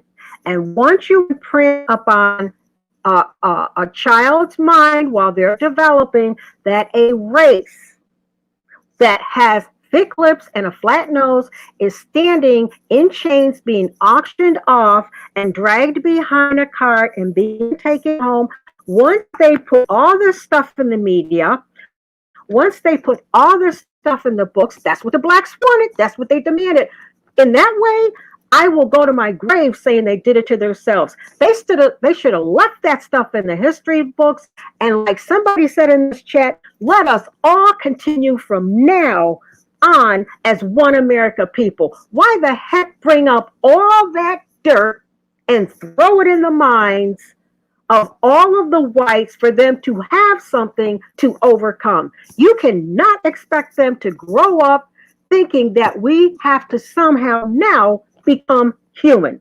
Now, you studied on that for a while, TR, and a psychologist or a psychiatrist will tell you that's exactly what happened, because I studied that in my master's classes. That's what happened psychologically as a result of all of these rights that these big black groups got. Oh, we want them to learn about this. We want them to learn about her. We want them to me, live in the nobody. Come on, like we're all equal. Let's change the thing. We're all equal. Let's go forward. No, now that we're all equal, let's just dredge it all back up. Let's give it to them. Let's tell them all we were in chains. Do you know what that's like to see a race like that in a book when you're young, coming up, and you got to do reports on that and see the KKK burning crosses and everything else? And now in your mind, you are thinking they have to now grow to become human? Check that out, TR. And if I see any articles on the effect of it on the psychology of this country and why people want to know why racism has been put back, that's why. Because the psychology of what the black person is in this country was set back by that. And the blacks did it to themselves. Now, I'm going to end on that. Now, that's something I would like you really, because I value your mind. I value your opinion, and I value your learning. That's a fact. Once that went in those minds, and we're now dealing with that situation. I've been in the classrooms. I've seen those books. I've had a student in 6th grade, a black student, come up to me and say, I'm leaving. And I says, honey, you can't, it's part of the curriculum. Look at this. You know, Mrs. B, get over here. Look at this. And with the KKK, who are these people? Look what they had them reading, TR. White after white after white. We're hung. We're getting hung again now, too. Up 5 last night. That's what happened to us. And the blacks did it. Now, that's all I don't mean to be, I'm not angry, you know that, but it just burns me when they don't know what they're doing and they think they're going in one direction. We need massive, if anybody out there needs a career, we need deep thinkers. We need thinkers like the people that write, what's that show that always predicts things? Those funny characters, cartoon characters. You know, they predict everything. Oh, God. You guys know, they're the cartoon characters that predicted 9/11 and everything else. We need writers like those. They have them, those predictable, whatever it is they call it. We need brilliant minds that are steering our race so we don't shoot ourselves in the foot. That stuff was done. We brought it back up. We're infiltrating every white, Hispanic, and Mexican. I've heard kids in the play yard. Yeah, well, your grandmother was a slave. Come on over here and do my dishes. If they're doing that lesson that day, telling you right now, I've seen it. I've seen it. So that's what happened, and we did it to her. I didn't do it. I'm not in that mess, but they did. We did it as collectively as a people to ourselves. Oh, we have to tell them what happened was. Oh, we were so tortured. That we did it, and so psychologically, we are. That's who we are. Animals that have to somehow now become human, and it's being taught every day. So every day it's working against us, and every day kids are standing up in college putting out these reports, and in school putting out these reports. I want to do a report on the KKK and how unfair it was. They were burning and this and that, and oh my goodness. And that's why this country is becoming infiltrated. We did it to ourselves. Here's one of your answers. Anybody out there know this stuff? Hold on, where's my glasses? What? Yes, Earth Talk, predictive programming. Your turn, Earth Talk. I'm stepping down. You got that right. They got a cycle. They said, oh, they want us to do that? Sure. And their head shrinks says, sure, give it to them. Give it to them. Here we are busting our buns how we're going to do this. This will work. Yeah. There you go. Yes. And I will say that even if we did not agree on a big section of what was said, there is at least one thing that I can agree with you with, and that is something that I have taught on my channel. Or as a matter of fact, let me not say that I have taught that, but I have actually explained that this is a part of my belief. This is not something that was just a part of my studies or a part of my research, but it stemmed, I must say, from my research. We are to be blamed for some of the things that happened in slavery, because while, for instance, I never normally talk too much about blacks and whites on my channel. It's a topic that I don't necessarily love to talk about, because so many things happen in this area, and it is sad to say that most black people are responsible for some of what happened during slavery, and while a lot of us was killed by our oppressors. There are some things that I can agree with, and this is the part that I'm talking about. So I was in a debate once upon a time with somebody who was talking about this European guy who killed over 5 million African people during that time. And there was this other guy from England who killed thousands of black people. Now, he was talking about, this is why I can never trust the white man. This is why I will never this or that or blah, blah, blah, blah, blah. And I said to him, if there was one thing that I noticed during the time when these people were killed, and this was what happened, the white employed black people to kill the black people.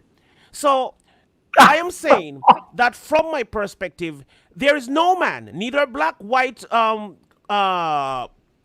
Chinese or Hispanic, that could employ me as a soldier to kill my black brother just because he's black.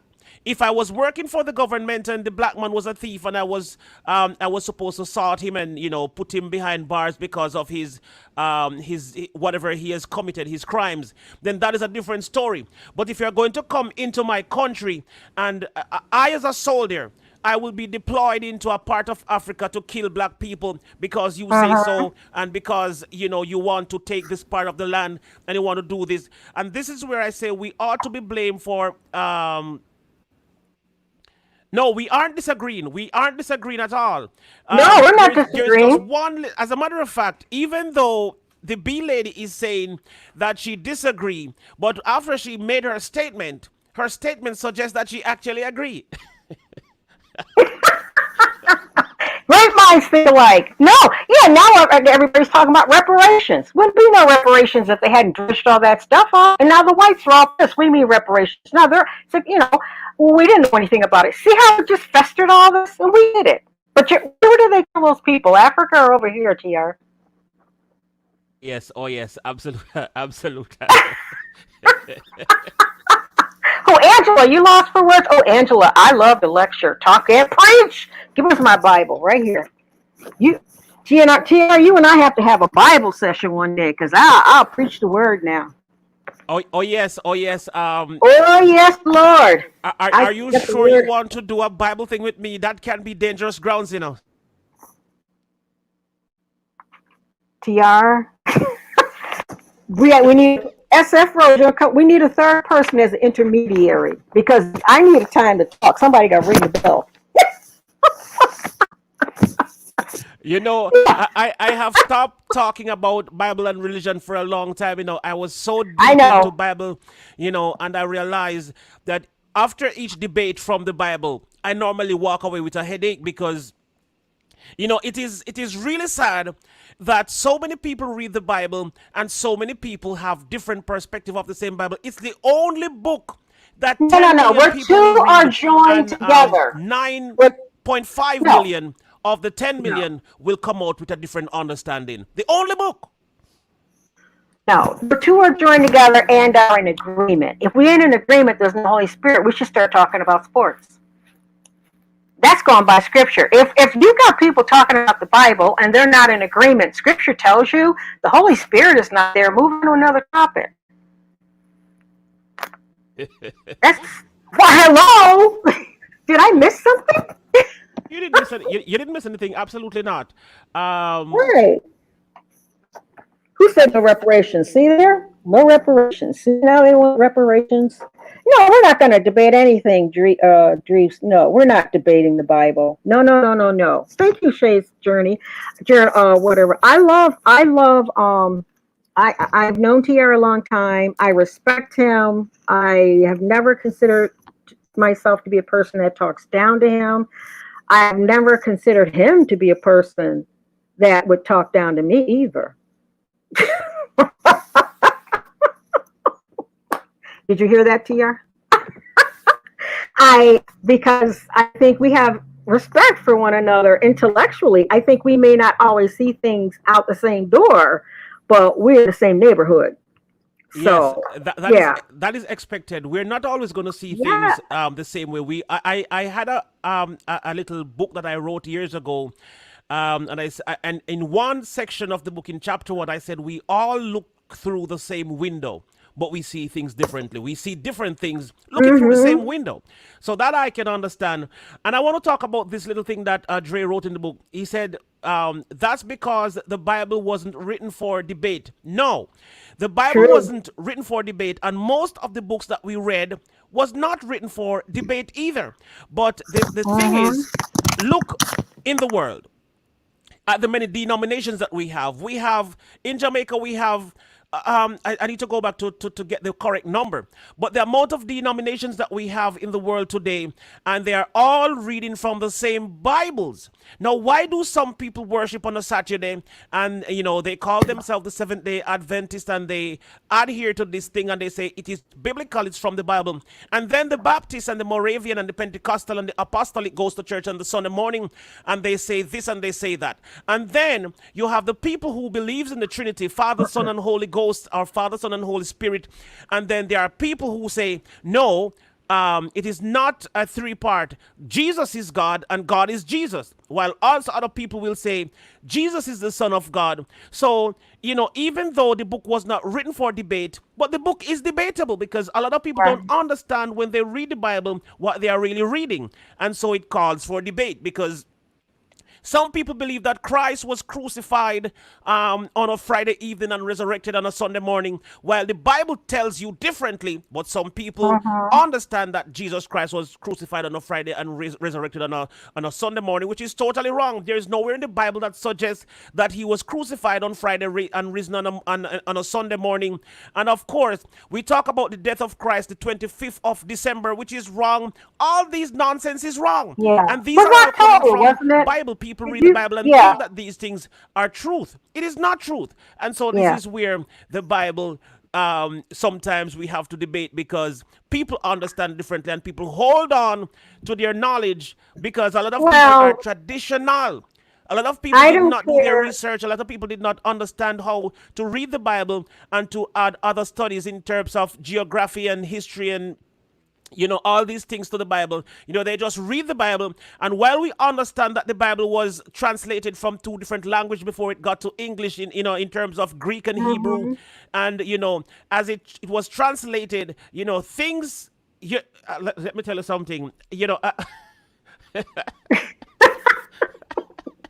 I hear you, So but I am telling Dre actually that this is why a debate comes about when it comes to the Bible, because people understand things different. And the sad part of this movement is that most people who read the Bible understand it different. Now, this is the only book on earth that 1,000 people can read the same book and have 1,000 different understanding. When 1,000 people read the mathematics book, whether it is written in Greek, Hebrew, Spanish, Hindu, or whatever it is written in, uh-huh. everybody understand that 1 + 1 is 2. When you read Well, the science book, everybody understand from a scientific point of view that this or that is the same thing. When you read any other book, when you read Napoleon, if you read the history book, everybody understand there is only one thing in the history book that people seem to understand differently, and it is slavery. People look at slavery differently from how other people look at slavery. But if you get in depth with history, then you can understand where slavery started, the exact time when it started, and why slavery started. There's a reason why slavery and the whole thing happened. It was not a mistake. It was not something that just popped up out of space. Slavery was planned. It was orchestrated, and it was, so forth and so on. You know, mm-hmm. so Well, I got to leave you on this one. Then I want that other guy to come up here, Earth Talk. My take on that, when you say 1,000 people, to me, the Bible is not a dead book. This is my take on it, like the science book. People say, well, here's science, or here's math. 1 and 1 is 2, and that's a fact. And then there's the book. Or in science, when a plant makes food, it's called this. And that's how it is, folks. And that's it. Like they say on most Bibles, the living word of God, the Bible is a living translation. The Bible is a living translation. I really believe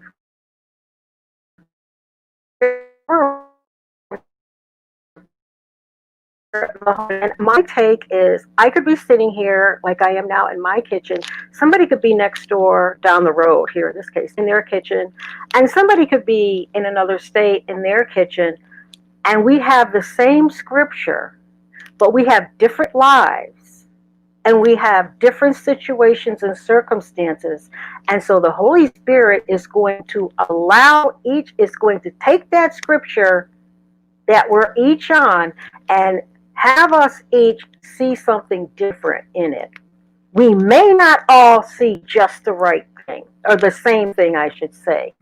That's my take. I'm very cautious. Now, you're getting into the facts of when was Jesus born, blah, blah, blah. That type of debate is not in the Bible, but unless I missed something. But that when was Jesus this, when was that? That's a scholarly debate based on those scrolls and everything else, which is outside of the actual Bible. But if you take your actual Bible and read a scripture, you might read it today and it says one thing. You might read it 2 years from now, or even 2 hours from now, and it reads something else. That's because the Bible is God's living word, and the Holy Spirit is working with you.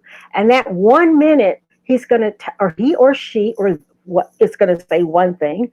And then later on, when you need something else, you're going to see something else. That's how I really believe it works. That's just my take based upon, what Jesus said about sending the Holy Spirit here after the day of Pentecost, and he will be your guide for everything. Well, if he's going to guide us, one day, you may tell somebody something and it means one thing. And I know everybody in the chat's probably had this experience, and you, TR, and you too, SF Rose, where somebody has said something to you, you think, oh yeah, fine, I got it. But then a year down the road, or a day down the road, you go, oh, that's what they really meant. Because at one point, you were in a situation where you were ready to absorb one thing. And then at the next point, you are ready to absorb something different because it's living. Word is a living thing. Words are living. Be very careful with your words. And TR, you know this from the Bible. The power of the tongue. Let's not get on that. Now I'm gonna go, and that StreamYard is for Earth Talk 77. Remember the power of the tongue, folk. Oh, such a little thing. Create those fires out there. Okay. So on that, I'm going to take off here. It's been a pleasure as always, and that's pretty much it. So that's what I hope you given me some things to think about. I hope I've given you some things to think about, and I hope your chat hasn't fallen asleep. And I'll see everybody back in the chat. Okay, thank you so much for coming, the B lady. Thank you so much for your input and your take on this thing. I will see you in the chat as well. All right, we want to say welcome to another brother up here. No, I want to get Earth Talk up here because Earth Talk have a lot to say. Well, as a matter of fact, he's been saying a lot in the chat, and he's actually up the same street as I am, and so I would love to hear him speak vocally as opposed to reading his messages because I think I missed some of them and I didn't want to miss anything. God promised us that he would preserve his words pure as silver, tried in a furnace 7 times over. Yes, the Bible also said, before one jot or tittle shall pass away, heaven and earth shall pass. So the Bible, or God himself, believe in his word more than anything else. Now, I have always taught on my program that the word, as a matter of fact, I used to say before I start my show on the TR show that, God is love and love is God. And if you don't know love, you don't know God. And if you don't know God, you have no clue what love is. That's what I used to say. But then I extended recently to add some more to it. I said, God is love. God is word. And God is truth. So God is from everlasting to everlasting, and his truth endureth to all generations. Now, what I will also say is that, in the book of John, it said, in the beginning was the Word, and the Word was with God, and the Word was God. Now, I always tell people that we were made in the image of God, and we were made to act like how God acted. According to the book, the Bible, God spoke and it was done. He commanded and it stood fast. It means that God took words to form the earth. And everything that is on earth, God did not build it by hands, but he built it by commanding them to be in earth. God said, let there be light, and there was light. He said, let there be trees, fishes, and whatever. Let there be the firmament, let there be the heavens, and there was all these things. But then God made man with his hands. God took man from the dust of the earth to form man, so we can understand that the only thing on earth that was made by the hands of God was mankind in itself. Now, as I say that, Joker's Nation, please hang in there. I'm going to come on to you just shortly. Oh, he stepped off. I did not want Joker's Nation. Joker's Nation, why did you leave? I was about to jump on and get you on here, but I just wanted to say some things before I get you on board. So Joker's Nation, please do come back on. I need to talk with you. But yes, as we talk about the word being God, oh, he's back. As we talk about the word being God, Joker's Nation, just hang on there for a minute. I'm going to be talking to you in just a quick minute. I just want to get these. All right, cool. All right, so what I'm saying though is that there was a comment that I was trying to address. That's why Satan rebelled, because God made man in his image. Absolutely. All right. Now, what I want to say is that the word is very important. And I've always taught in my lessons that I'm teaching to whomever is listening, I've always said that people around, develop the whole practice or the ideology that words are wind. And I always tell people that, hell no, word is not wind. I normally say word is a seed. And when you speak a word over the life of a person, you have planted a seed in the atmospherical realm that could develop and bear fruit. So when you speak into somebody's life, it could affect them or impact them for the good or for the worst. So we have to be careful of the words that we use against ourselves, over our lives, or on the life of any others that is in the hearing of your voice. You have to be careful how you speak about people. You don't just call people names. You just don't call people. In Jamaica they have a term to say you workless like you dirty pooper. You're just like your father. And that is why some of our children grow up to be depressed and feel like they are not worthy or they are good for nothing because their parents speak these on the life of the children. Let us welcome to the show Jokers Nation. Thank you for being a part of the movement. Thank you for coming. Thank you for having me here. I was listening in, and you touched on something that I agreed with the Bible, and I agree with what the bee lady said. It is the living word, and the reason why I agree with that is I could be going through a certain tough time in my life. I break open my Bible, I read a verse. It relates perfectly to what's going on in my life, and it gives me the information to get through it. But yet you crack it open on the same verse and it means something entirely different from what I read. Now, who's wrong? Neither one of us, because the Bible is the reason it's a bestseller is because any person can open it up and relate to it. And it's one of those where it's so fitting for what's going on right now in our world. And I think you might even be able to agree with this, is that some people can look at a video from one direction and see something entirely different. But then when you get the full video, you see both views.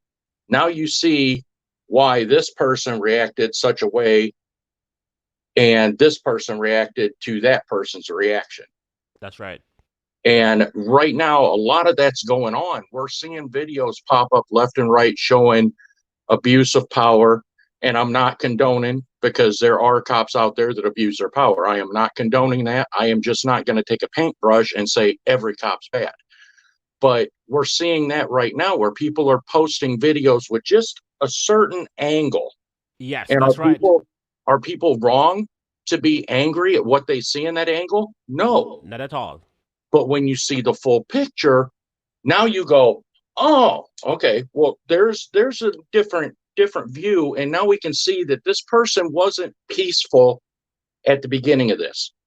Does the means justify the ends? And when you only show the ends and you don't show what got to it, now you're changing perception, and you're manipulating views. You're manipulating people's emotions. And that is not going to fix the issues that we have. The issues with the unity, we all need to come together. We all need to look at things and say, you know what, we need to change the perception of our communities. Okay. And, we need to once and for all quit with the black race, white race, brown race. Okay.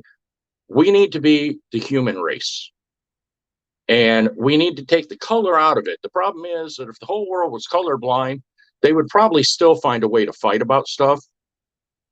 And that's sad. We need to fix that. We need to have the unity. And, some of the stuff that you were talking about on prior streams, I've agreed with 100%. And I would like to just let that be known. On whose stream? On your stream and on others' comments that people have made. Okay. Understood. Right.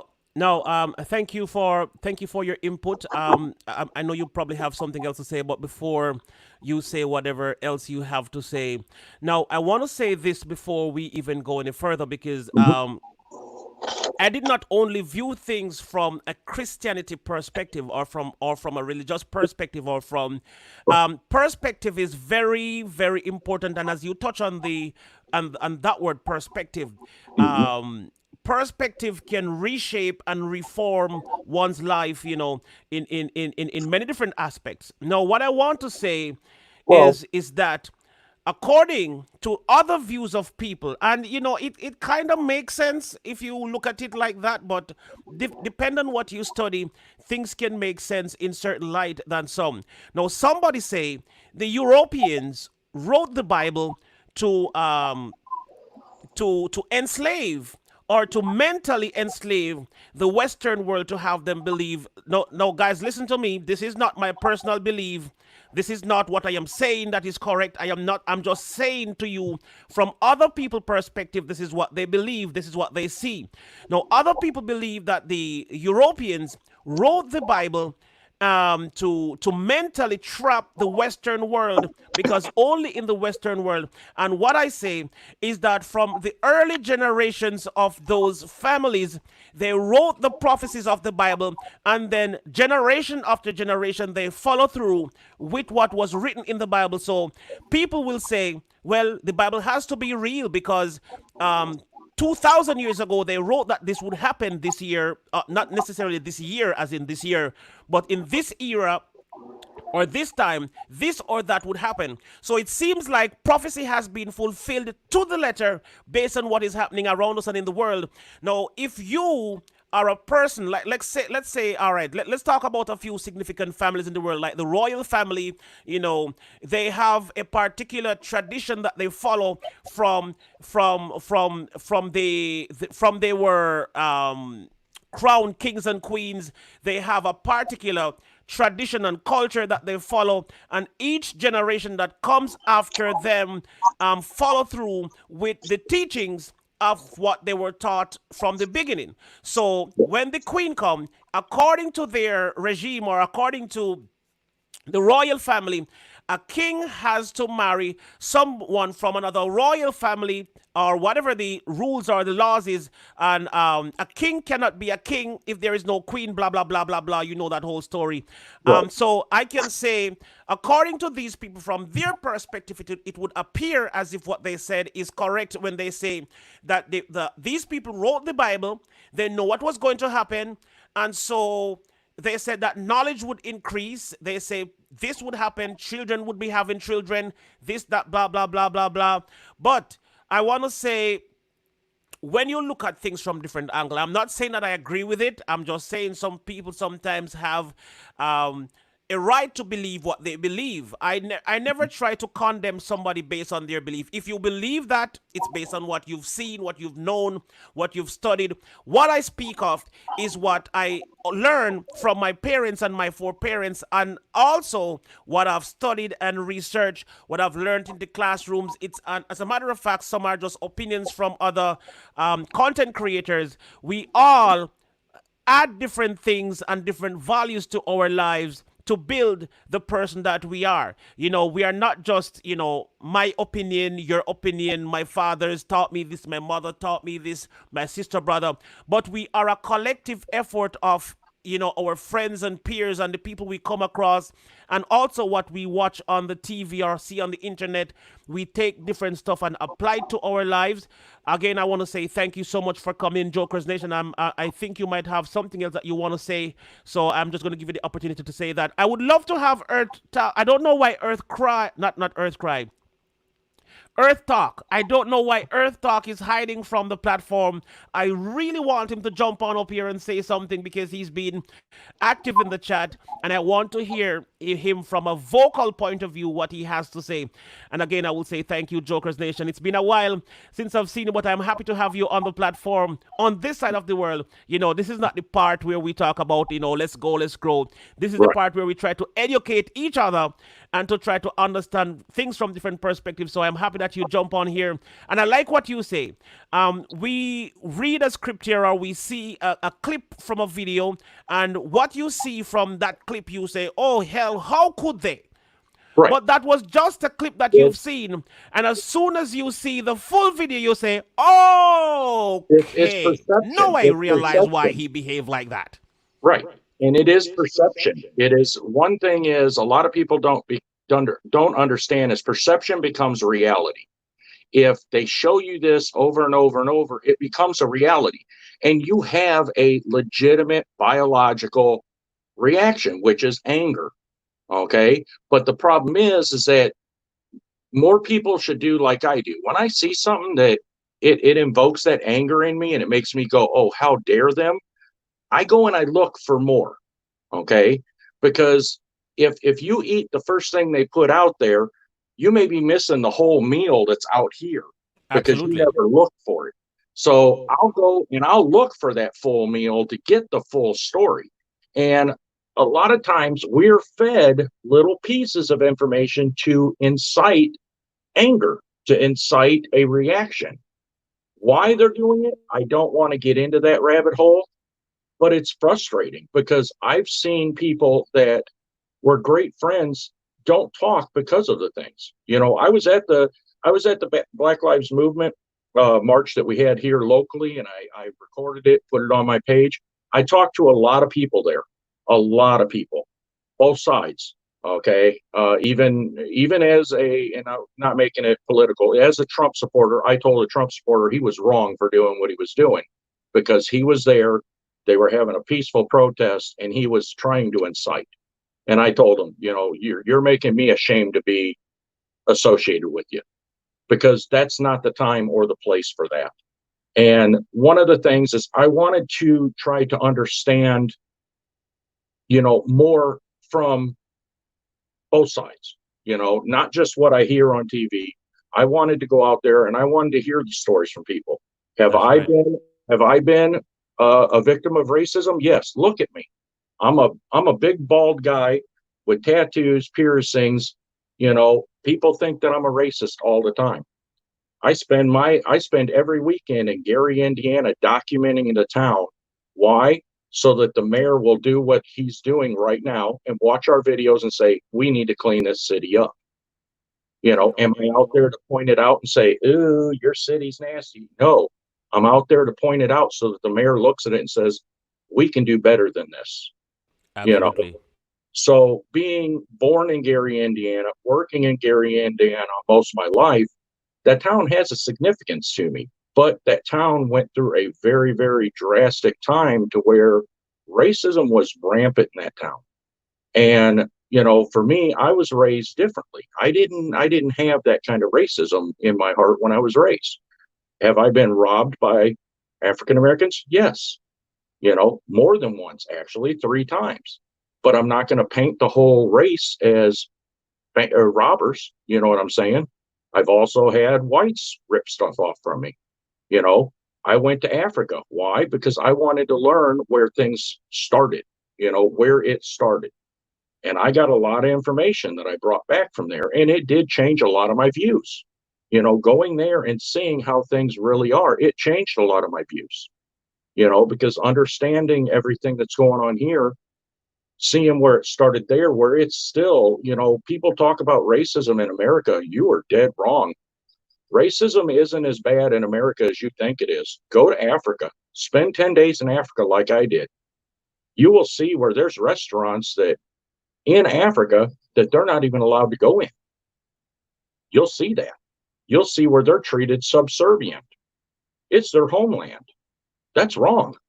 I don't care who you are. That's wrong. But I was treated with the utmost respect. I was treated with the most hospitality I've ever been treated with. I saw hardworking people that were very, very big on culture, and I loved it. Spending time in the villages that we did, it was awesome. And more people need to do that. More people need to open up their eyes and get away from mainstream media. All mainstream media is doing is it is brainwashing you into believing that you need to be against somebody. That's not helping us. That's not fixing the problem. And as far as, with the Bible doesn't tell you to hate your brother. It tells you to love your brother. Absolutely. And I want to agree with what you've said, Joker's Nation.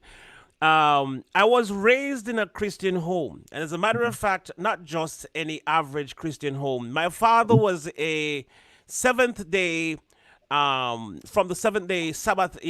Believe in certain things. My father believes that he's a engrafted Jew, and so my father beliefs are, different from a lot of people. Now, being raised into that home, I was taught a lot of things based on tradition and, church laws and rules, and I understood things differently. But I will tell you this: not until the day I started traveling a lot in 2011. I used to travel before that, but in 2011 was when I began to travel to several countries. At this point in my life, I have traveled to 72 countries worldwide, and my perception and my understanding to a lot of things has changed. I was raised to believe a lot of things that was not true until I visited the country and talk with the people and meet with the people and greet with the people and realize the cultural differences was when I realized that a lot of things that I was taught was not like it is. So when the media comes on and they show you what they want to show you, they show you Africa with a bunch of children with flies following their mouth, and they're starving and their heads are big, and bones and this and that. Until you travel there, you will realize that Africa is not what they show you. Africa is beautiful, beautiful people, beautiful streets, beautiful this, beautiful that, but they show you this for a particular reason. So as I also said something that a lot of people don't understand what I meant when I said that. I said I've seen more racists in blacks than whites. A lot of people don't understand when I said that, but that's my personal experience. I've seen more black racists than white. Now, one could easily say that it's because I was raised with more blacks, and I can agree with that as well. Because I've been around more blacks, then I've had the experience of more black racists, but then I am now in the United States, and I've been in, white homes, and, I've been in homes already. As a matter of fact, Joker's Nation, you're going to find this funny. I've been into white homes where I was the only black man in the home that was supporting Trump at the time.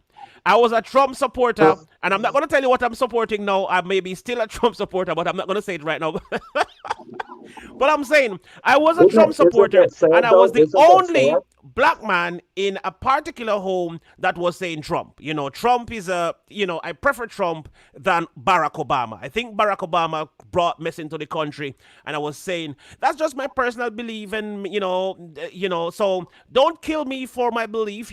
That's just my personal opinion. That's just what I see. So I understand exactly where you're coming from when you say you've seen things in Africa that you would not have seen on the news. They don't show you that on the news. So I can understand you when you go to the valleys and the little dirt roads in Africa, and you see things differently from the eyes of the people. Also, you see things from your own perspective. It is also a good. So yeah. Actually, can I be lady? I don't feel that it's black racism due to jealousy. Honestly, and this is granted, I'm a white man. I get accused that I shouldn't be speaking of racism, but I don't feel that it's reverse racism, and I don't feel that it's racism at all. I think it's preconceived notions that people think, okay, he's white, he looks like that. They preconceive that you're racist. And then when they get to talk to you and they go, okay, this guy's really cool, he's not like that. And I feel that that's it. I don't feel it's a jealousy thing. I don't feel that, is there white privilege? Yes, there is. And I'm gonna be honest. Anyone that watched the video where I went after the guy that attacked the elderly vet at Walmart, I went after that guy, and that was the day of our Black Lives Matter protest. And I stepped up and defended this elderly veteran, and this guy called the cops, and the cops showed up, and here I am, I'm armed, and you could see it. You could see the imprint on my side of my pistol. Two people called in. One called in, said somebody jumped a guy, and then somebody was jumping the guy that jumped the guy. This cop come up. He didn't ID me. He asked what was going on. I said, here's the video if you want to see it. He says, which guy are you? And I says, I'm the guy that was defending that gentleman that just drove away. And he said, thank you. And he got back in his car and left. Now, if my skin tone was different, I don't think it would have went that way. Honestly, I don't. And that's terrible that I feel that way. Is that something that we need to work on changing? Yeah, definitely. If I'm not ID'd, why should anyone else be ID'd? And I feel that, there's some things that go on and that needs to change. But I don't feel that it's a jealousy or reverse racism. The one thing I can say, and See, if TR, if you were down there in South Africa, you know, and you've seen it. The one thing that's amazing to see is to wake up in the morning and before dawn, and you see 50 people in these reflective jackets walking up mountains to go to work. You see pickup trucks with 25 people in the bed of it. You see these vans with 30, 40 people in the van, all going to work. And the pride that you see that these people have, whether it's working, selling their sunshades on the side of the road, selling furniture that they're making on the side of the road, there is a huge amount of pride. And that is one thing that I brought back, realizing that, you know, it's an American issue with the lower income areas being burned down. And the city of Gary, for instance, you go there, there's so many burned out buildings, there's so many businesses that have left. It's not like that in Africa. So that lets me know that's an American issue. And then I started doing research, and you know what I found? Other than my lights going off and on while I'm on camera, that was kind of creepy. What I found was it wasn't a community issue. It wasn't a race issue. It was a corrupt government issue, is why that city's in the condition it is. The same thing with Detroit. It's a corrupt government issue. And the problem is we need to get past that stigmata that, oh, it's a black community, that's why it looks that way. No, it looks that way because you've got people in office that are stealing money that's supposed to fix up that area that's not fixing it up. Absolutely. We've seen it. We've seen it. We've seen it. They closed down 27 schools in 2008 in Gary, Indiana. When they moved the school, they take something from, say, Lew Wallace. It says from Lew Wallace to Bailey. We find it at Andrew Carver. Okay. Why is something from Lew Wallace that's supposed to go to Bailey at Andrew Carver? It shouldn't be there. So what it shows is they were doing a 3-card monte shell game to hide the merchandise that they bought and didn't buy. There's brand new books sitting in these schools. Those books could have been donated to, you know, other communities. Did we lose TR? Okay. There you are. I was like, did we lose them? No, I'm still here. I went to the chat for a minute to read some of the comments because I was overlooking some of the comments, and I don't want anybody to feel ignored that I am not paying attention to the chat. So let me just take some time out to greet the people in the chat right now. Thank you so much for coming. I see Zeos. Thank you for coming in, Zeos. Derek C. Williams is still here. We see Aisha in the building. We see the B lady still here, and my brother Earth Talk 777 is still here. We also sorry for calling your brother. I was searching for your channel, but I can't find it, so I don't know if you're a brother or a sister. My assumption is that you are a brother. You speak like a brother. I hope my assumption is correct. And so we want to welcome everybody in the stream. Thank you so much for coming. All right. For those who are just coming in, I'm sorry that you came in basically at the end of the stream. We have just about 2 minutes to go into this stream. So I want to just take the time out right now to say thanks to everybody who came out. We were talking first about the fate of the officers who shot Rayshard. And of course, for those of you who don't know, these are the 2 officers on your screen right now.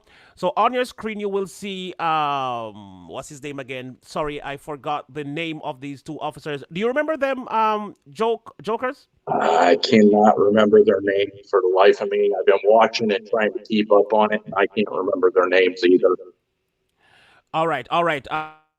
These are the 2 police officers that were supposed to be charged today. Well, one of them were supposed to be charged for putting his foot on Rayshard. He was kicked, and as you see in the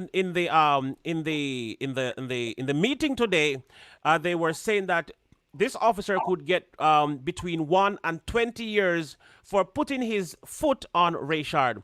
So these are the officers that was in that particular situation right there. So I want to say again, thank you all for coming. It's been a wonderful day and hanging with Jokers Nation. I was so happy to have you joining me on panel today, Sir Jokers Nation. It was a real pleasure having you. Now, for the people in the chat, what's going on? Is protest still going on in the U.S.? Like days ago? Yes, protests are still going on right now. And as a matter of fact, I think it is not going to even end this week.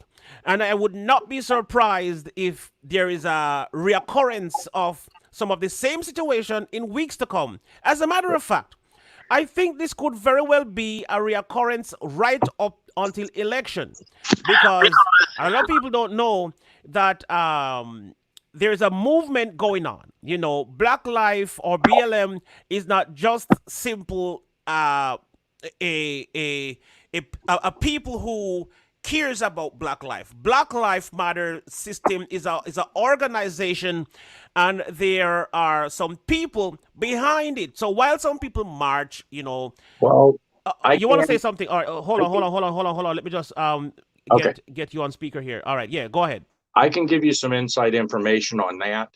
After sitting down and speaking with the organizer at our local one, he expressed to me, because I asked one thing, and I says, you know, I know this may sound wrong, but what are you guys doing to keep from you guys having all these riots start with you?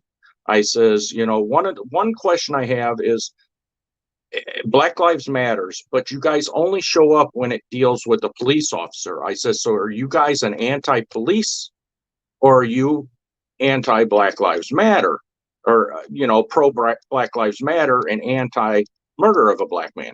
And they said, well, no, the biggest problem that we're having right now is that they're having Antifa people that are coming in, holding the signs, presenting themselves as true peaceful protesters, and they are infiltrating them and then instigating from the back lines, which we have seen that on the news, and that's something that several reporters have stated themselves. You've got some reporters from YouTube that have actually went undercover in Minnesota, and he caught a bunch of these instigators that were standing back from the peaceful protest, and then they were coming up and throwing, you know, pushes at the police, and then backing up and letting the other people get agitated. He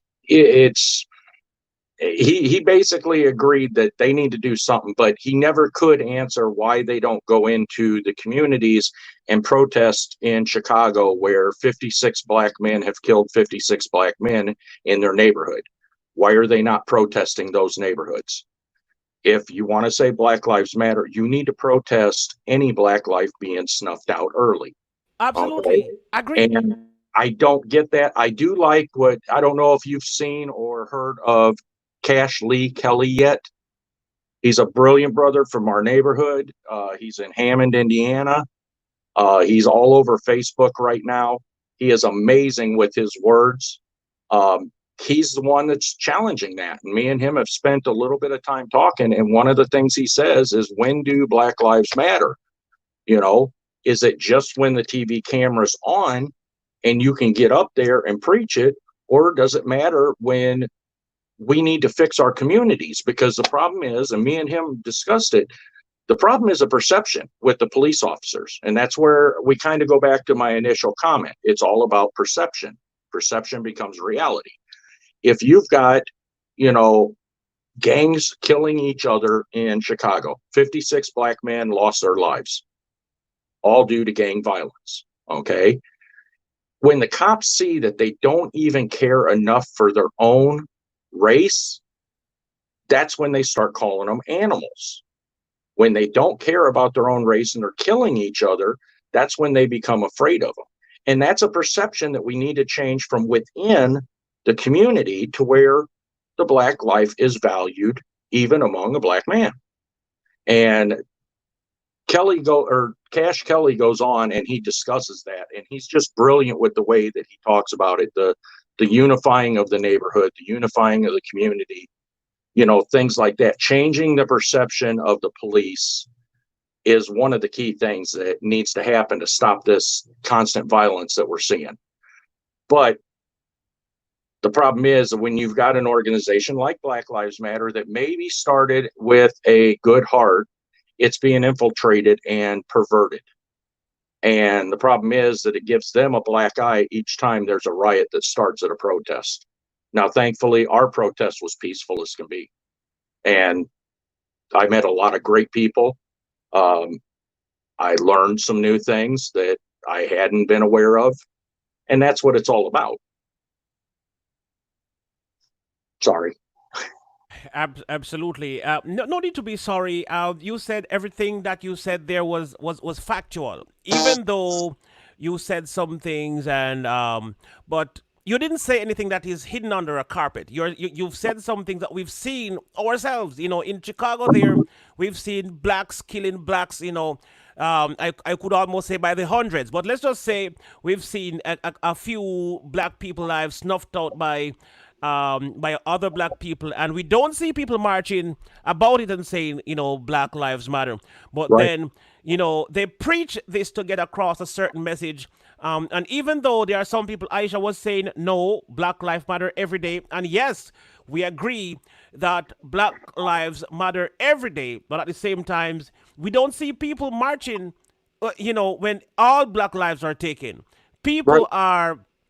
are partial when it comes down to this. So they decide which Black Life Matter, and that is not cool. You No. can't just decide that this Black Life Matter because he's living in Louisiana, or this Black Life Matter because he's living in upstate New York, or this Black Life Matter because he was living wherever or wherever. All Black Right. Life Matter if you're going to say Black Life Matter. And so we understand what you're saying. And somebody saying, who do they serve? Let me see. I'm not sure who your question is directed at. Who do they serve? Who are you calling they? I am missing some of the comments. Yes, BLM has been infiltrated. Unfortunately, I don't think we would burn down our own community, our own communities. Okay. Well, All no, right. We also have if you watch Earth Minnesota, Talk saying. Oh, did you say something? Hold on. Did you say something just now? yeah, if you watch Minneapolis riots, you will notice something. Most of them throwing Molotov cocktails, and I'm going to say this, and people are going to get mad. They were Caucasian. The ones throwing the Molotov cocktails that are seen on camera, lighting the buildings on fire, they were Caucasian. I don't believe they were Black Lives Matter at all. I believe they were paid Antifa protesters.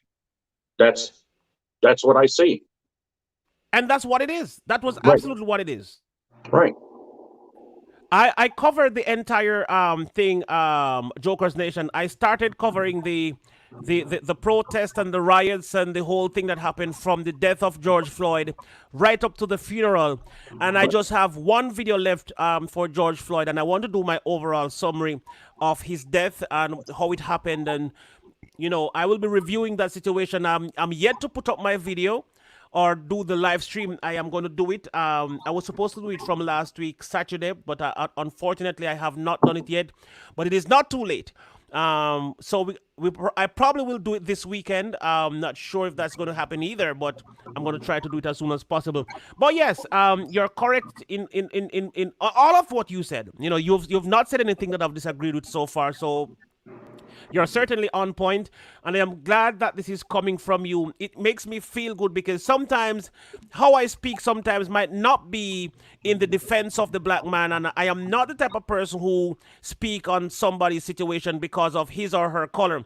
I will talk on a situation because it is wrong. So I am the person who I will beat the wrong down and I will uplift righteousness. So it doesn't matter who is the individual behind right doings. I will say, I will lift your hands and I will say, this man is a good man. This is the right thing that he has done and so forth. So when I'm speaking justice, I don't look at who you are, When I'm speaking truth, I don't look at who you are. When I'm taking a statement or a thing that you've said from what you've said, I am not going to look at you first and say, okay, he's a white man speaking, so let's not listen to him. Or if I even listen to him, let's not agree. I am going to listen to what you say. And if you say things that are correct and that I can prove to be facts, then of course I am in total agreement with you regardless of who you are. So I want to say, we've gone 9 minutes over the time that I said I would have ended the stream. I want to say thank you so much, Jokers Nation, for coming and being a part of the stream. Thank you so much. With that being said, we have arrived at the end of the stream, and I thank you all for coming and being a part of today's stream. Thank you, and God bless you all. Until we meet again, peace be to you all.